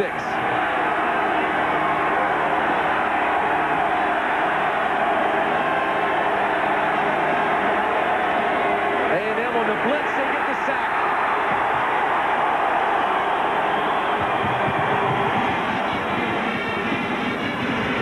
Williams got there first. Price got there second. Appeared that Pitt may have had some kind of a reversal, and I saw Tooten, 81, try to turn back and go back inside. You see him, 81, they're trying to work back inside. Now, he's a wide receiver. Whatever the play was a bust. 3rd sack today by A&M. Greenfield will punt standing at his own 40.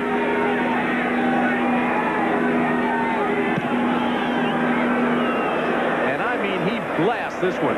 No shot at a return for Garrett. It goes out of the back of the end zone. 45-yard punt.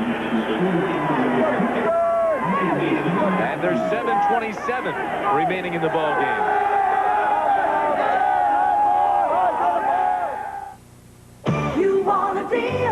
Well, here comes the deal. Now get low 4.8 APR financing for up to 48 months on all new Cutlass Supremes. This deal is not just another deal. It's Oldsmobile's new generation celebration. We've made it possible for our dealers to pass along millions of dollars to their customers on all other models. Hurry, these deals won't last forever. This is the deal on the new generation Oldsmobile. It's not just a car, it's your freedom. You know, most people don't know when to start checking their shocks. One thing to watch out for, they'll wear out faster if you carry heavy loads or drive on bad roads. And it isn't just a matter of comfort. Bad shocks can mean bad handling, too. These GM Goodwrench shocks come with a warranty. A warranty that's good for as long as you own your GM car or truck. See Mr. Goodwrench wherever you see these signs. We're giving the competition a run for their money on price, too. Fine. Most days this business is fun. Today, it's giving me a splitting headache. But I don't take aspirin or Tylenol anymore. I take Advil. Advil stops my headache, and it's gentler to my stomach than aspirin. Advil, advanced medicine for pain. When does a good quarterback make a great receiver? When someone who's been drinking passes him their car keys. Nice pass. If you've been drinking, pass your car keys to someone who hasn't. Know when to say when. A reminder from Budweiser. A&M has 7:27 remaining. But look at those teeth. They belong to the Panthers. The Pitt Panther on defense now. It's first down at the 20. Pavlis to McAfee. McAfee gives ground before he cuts back up around the corner, and he'll lose a yard. McAfee, 12 carries, 94 yards, 2 touchdowns. Big afternoon. Still have 7 minutes remaining in this ball game, but at UNLV, Billy Packer and James Brown are waiting for us to conclude because they've got a pretty good one coming up as well. Arkansas against the Runnin' Rebels. That's coming up immediately following the John Hancock Bowl. But it's 28-24. Aggies here over Pitt. Wilson and McAfee are the setbacks. Pavlis throws. Completion, first down. They'll mark it at the 32. Waddle makes the catch. Tackled by number 16, Robert Bradley. Waddle came across in that slant pattern, much like he did in the Texas game, making critical catches at critical times. His 6th catch of the day. Gain of 13 on this one. Clock continues to move. Approaching the 6 minutes and 30-second mark.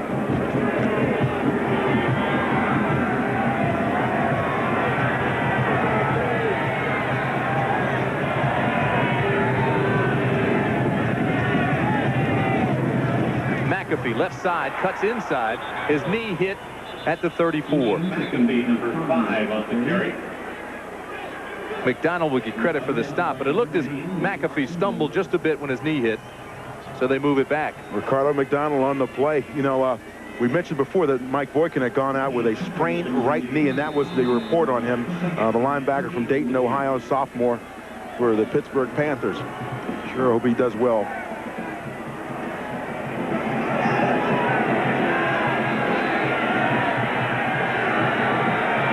Tight ends, Jones and Ross, 2nd down and 8.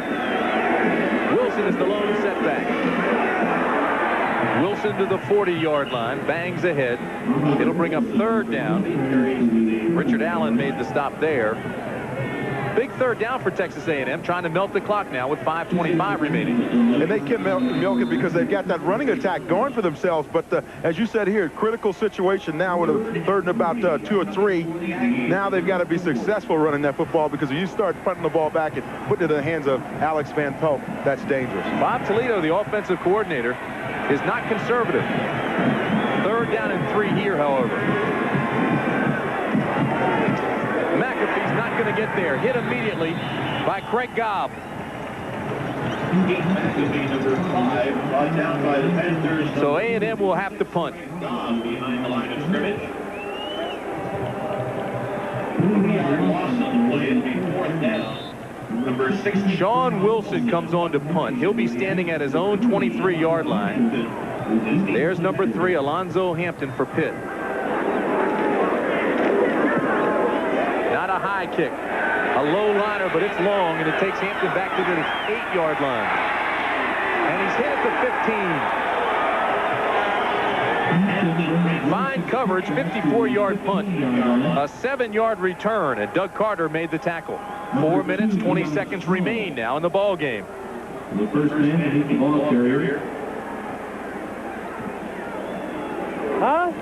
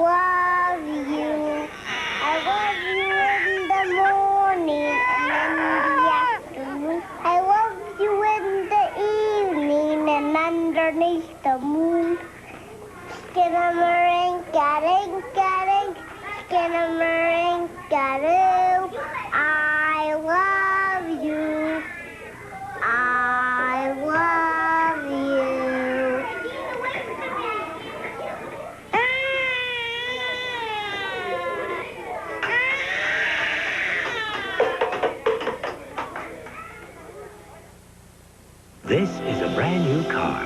Put in a leading motor oil. This is an identical new car. Put in Mobil 1 and drive. Under extreme conditions, temperatures in your engine can reach 570 degrees.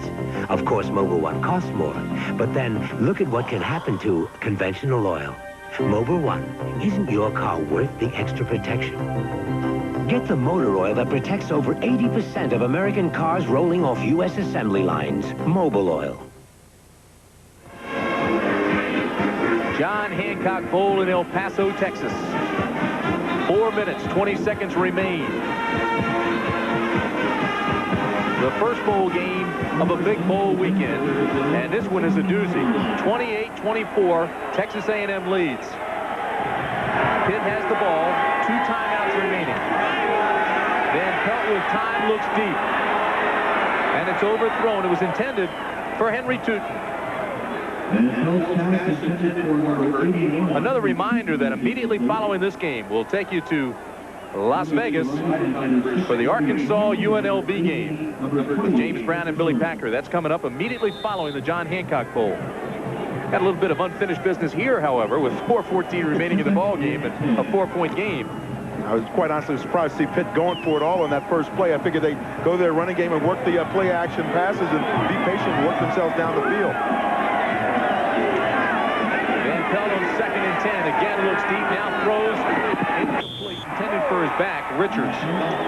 See, that's the reason why I think you have to be patient and just chip away at it a little bit. With over 4 minutes left on the clock, you want to make sure you burn up the clock and are successful, so you know, put yourself in deep passing situations like Pittsburgh finds themselves in now. Could this be the inexperience, however, of a new head coach by the name of Paul Hackett? He's also the offensive coordinator, but he doesn't make the decisions in situations like this. He's the offensive coordinator still for Pitt, and he's the guy that's calling the plays down there, so he's got to know that, you know, you want to be patient, chip away at this thing. You don't necessarily have to get greedy and go for it all on one play. Van Pelt has missed his last 4 passes. A&M goes to its nickel package, 5 defensive backs on 3rd down and 10. Van Pelt's in trouble. Almost intercepted. It's caught by the tight end, Sykes. Sykes at the 40. To the 44-yard line.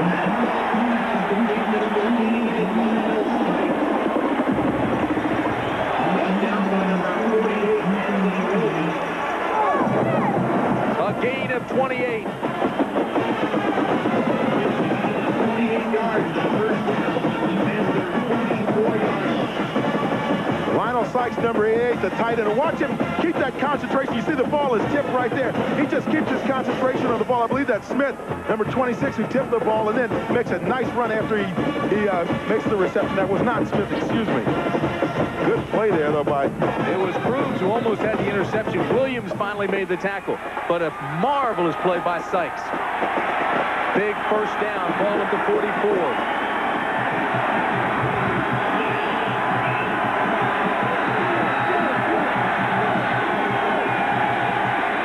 Van Pelt, incomplete to Redmond. One thing Van Pelt told me he's going to look for is he says, if I see those linebackers in that staggered stance, those outside linebackers, then I know chances are they're going to be blitzing. Now, if they square up and base up with their feet even, then I figure that they're going to be dropping back in pass protection.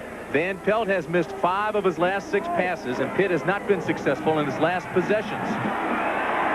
They at one point had a 24-10 lead. They now trail by 4. 2nd down and 10. With 3:36 remaining. A&M on the blitz. They pick it up and they hit the tight end Moore over the middle. Oh, great read by Van Pelt, the quarterback.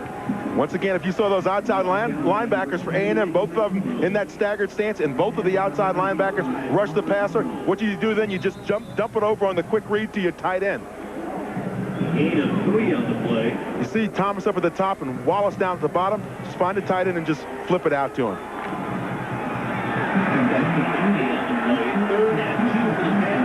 Third down and a long one.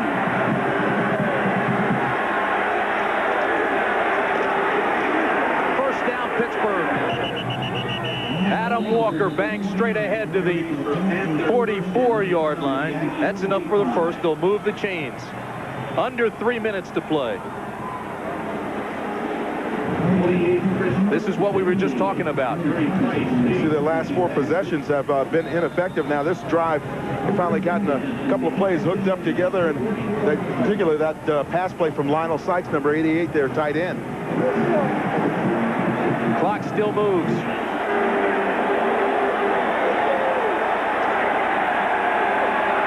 Van Pelt on first down has this one knocked away at the last second.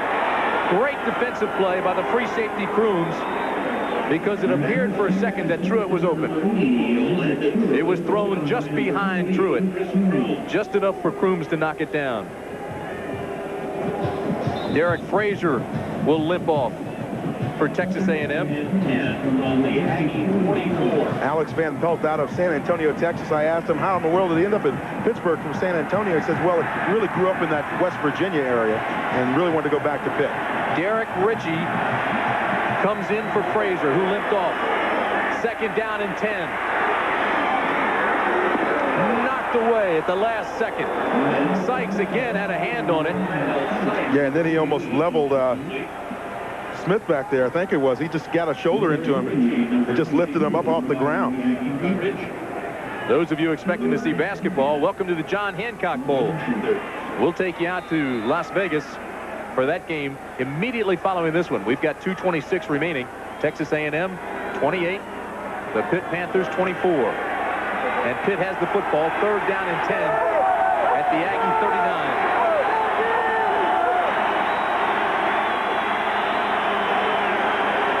Van Pelt going for it all. It's caught.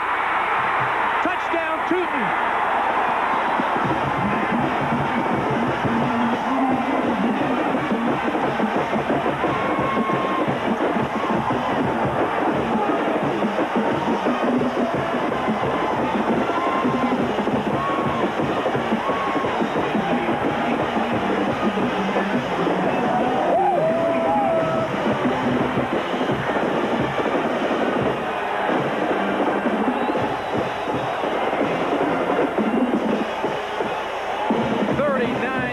Strike. Van Pelt to that guy. Henry Tooten.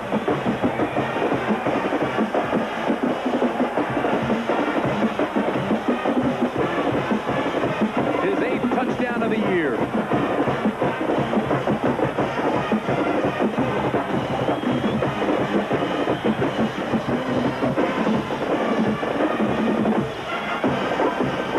And Pitt wants a timeout.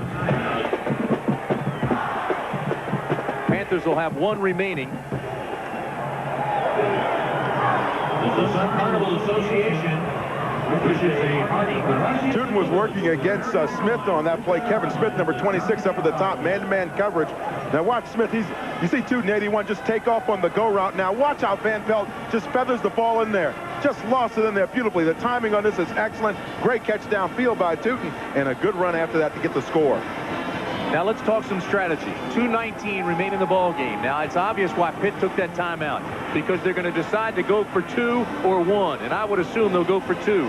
The reason being, if they go for 1, it'll be 31-28, and A&M can come down and tie it with a field goal. They're going for the win.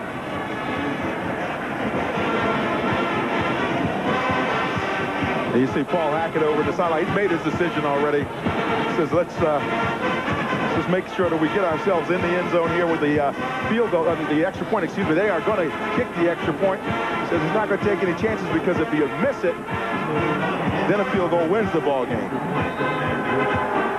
He better not put this one in the bank yet. Ed Frazier.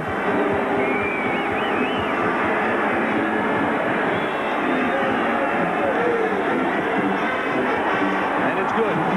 It's a 3-point ball game. A field goal can tie it with 2:19 remaining.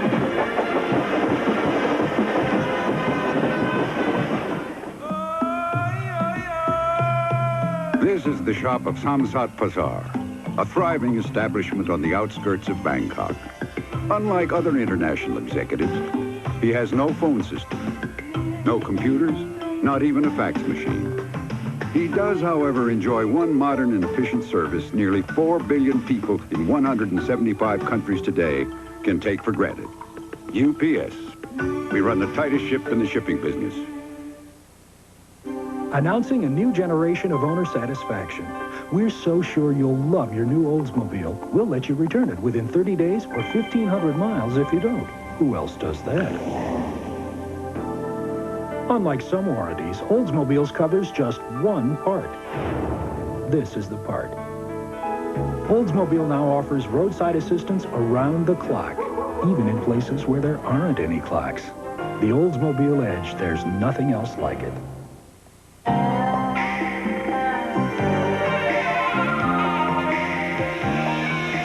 Sometimes you got it Tooten. Emerson's got it right. Fine-tune your life. Nobody's got to tell you. Emerson does it right. Fine-tune your life. Fine-tune your life with Emerson. Van Horn kicking off to Patterson and Garrett. It's Shane Garrett.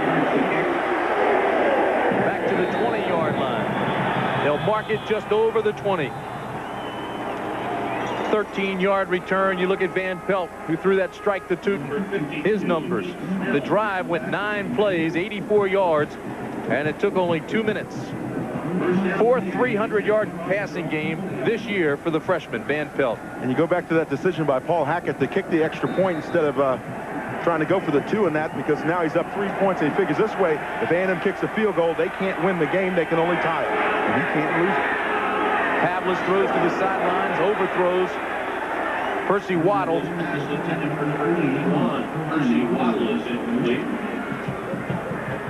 Pavlis now has got to be thinking, hit my wide receivers or my running backs and get those guys out of bounds, save as much of the clock as we possibly can. Texas A&M has 2 timeouts remaining. Pitt has 1.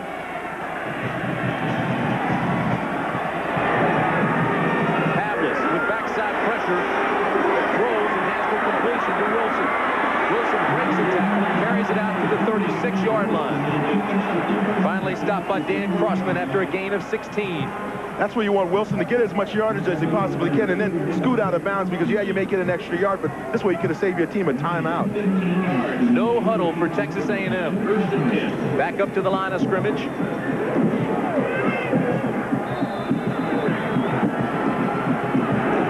Pavlis. Underneath. Oh, I thought there'd be a flag. There is none. It was intended for Mike Jones. Good defense by Crossman.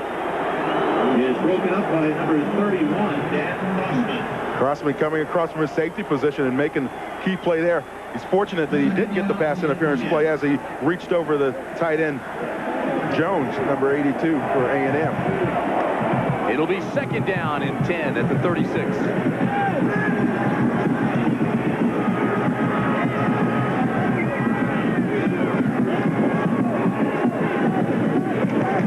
Pitt shows blitz, now pulls back. Pavlis almost loses his balance and now throws it incomplete. Almost picked off by Prentice Wright, the linebacker. Prentice Wright felt so good about that when he had to do a little dance, but you know what? Key there was Jones, Mike Jones, the tight end. He recognized that Wright was in position to intercept the ball and pulled him back a little bit, just enough to strip him. But the blitz came up, faking the blitz up inside. You see Pitt faking it now. Sindler comes through, gets a little bit of pressure, but you see Lance Pavlis slipping as he's pulling out. Throws downfield. Now watch Jones right here. You see him pull that defensive back just enough to have that football drop to the AstroTurf. 3rd down and 10.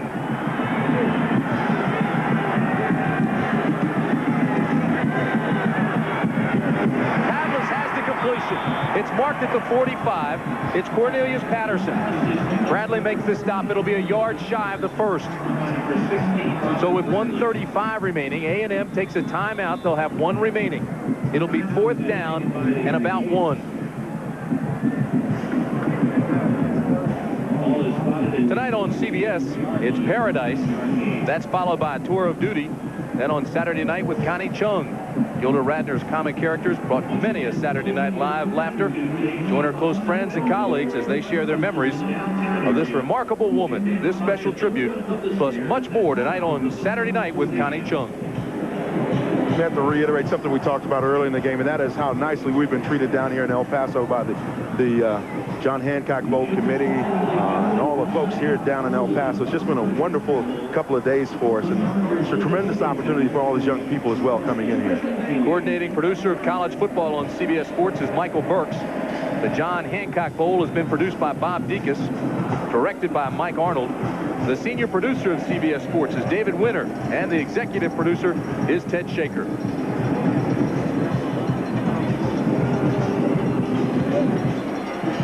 .135 remaining. A&M trails by 3. More importantly, it's 4th down and 1.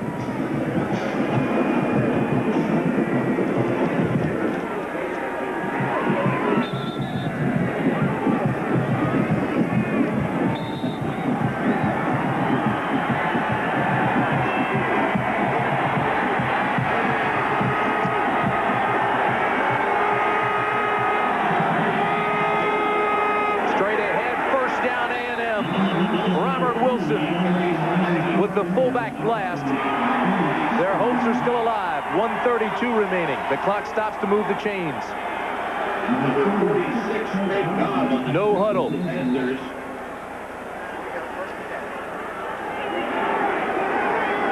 Out of the shotgun, Pavlis has pressure, throws, has a man knocked away at the last second.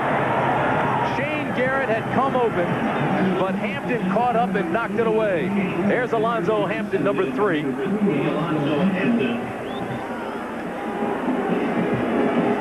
What a play downfield by Alonzo Hampton. And watch the reaction of Paul Hackett. Come on, Alonzo, block it, knock it down. Now, Lance Pavlis is calling 2 plays probably in the huddle. One, if he's successful in the first one, you go straight to the second one without a huddle.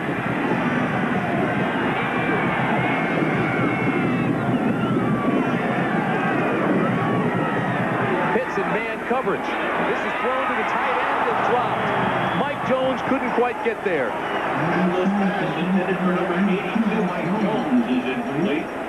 Oh, that was close. Jones wanted the ball thrown a little bit more to his right as he worked to the left side of your screen. You'll see the tight end 82 coming down the field now. This ball's thrown back more towards the middle of the field. You see Jones has to make an adjustment. He's trying to get over to the ball and hits it with one hand. So it'll bring up 3rd down and 10. And we'll take you to that game immediately following this one. We've got 1:12 left.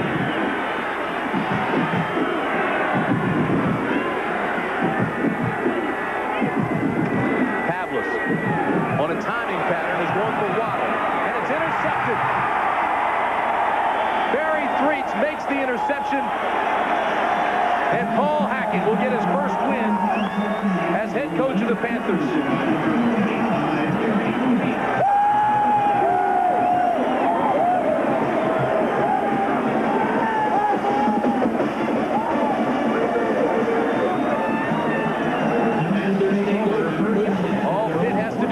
Hold on to the football.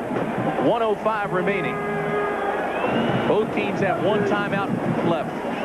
Up at the top of your screen, that's Waddle. Now, if you're Lance Pavlis, you want to throw this ball. If you're loft it on the timing pattern, put it on that sideline, so if your receiver can't catch the ball, you can at least tip it out of bounds. If you throw it back inside, you're throwing it into double coverage, and that's what happened on that play.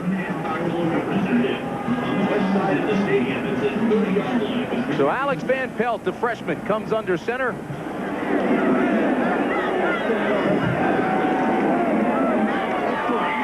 And Richards straight ahead across the 30 to the 31. Under a minute. Once again with Mr. Jerry Smith, the National Cardinal. Please meet the John Hancock Bowl representative. Paul Hackett has by Jeroy Robinson. Paul Hackett has to be looking at his offense. He's got to be very pleased. Alex Van Pelt, the freshman, and he's got Kervin Richards at the halfback position. Timeout A&M. Here's the reaction of Paul Hackett.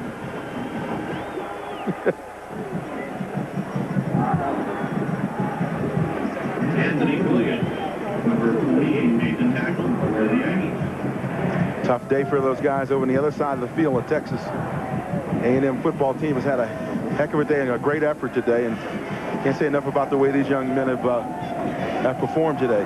A&M has no timeouts left. There's no more ways to stop the clock. Happy New Year, guys.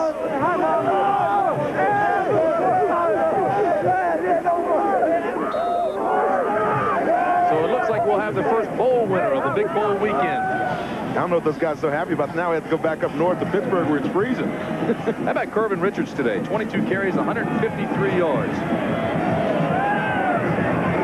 On second down and 2, he gets a couple more yards.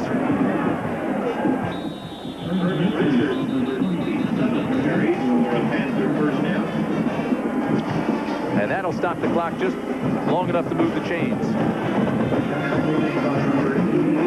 Well, Tim, this is the last game of our football season. I wanted to say how much I've enjoyed working with you this season in our group down. Bob Deacon, our producer, and Mike Arnold, our director. It's been a great year for us, and I really enjoyed it. Been all my pleasure.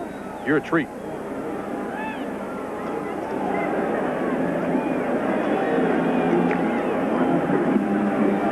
Under 30 seconds. This Van Pelt is special, too. He doesn't play like a freshman. And 20 and 40, 355 yards, and there goes the water bucket headed toward Paul Hackett. He's 1-0. Not a bad way to head into the new decade. Final score, the Pitt Panthers 31, the Texas A&M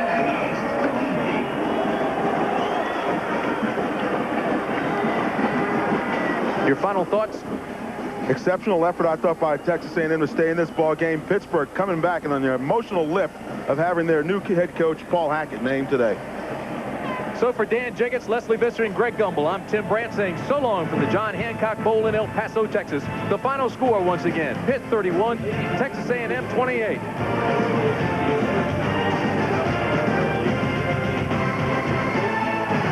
The John Hancock Bowl has been a presentation of CBS Sports. Happy New Year, everybody.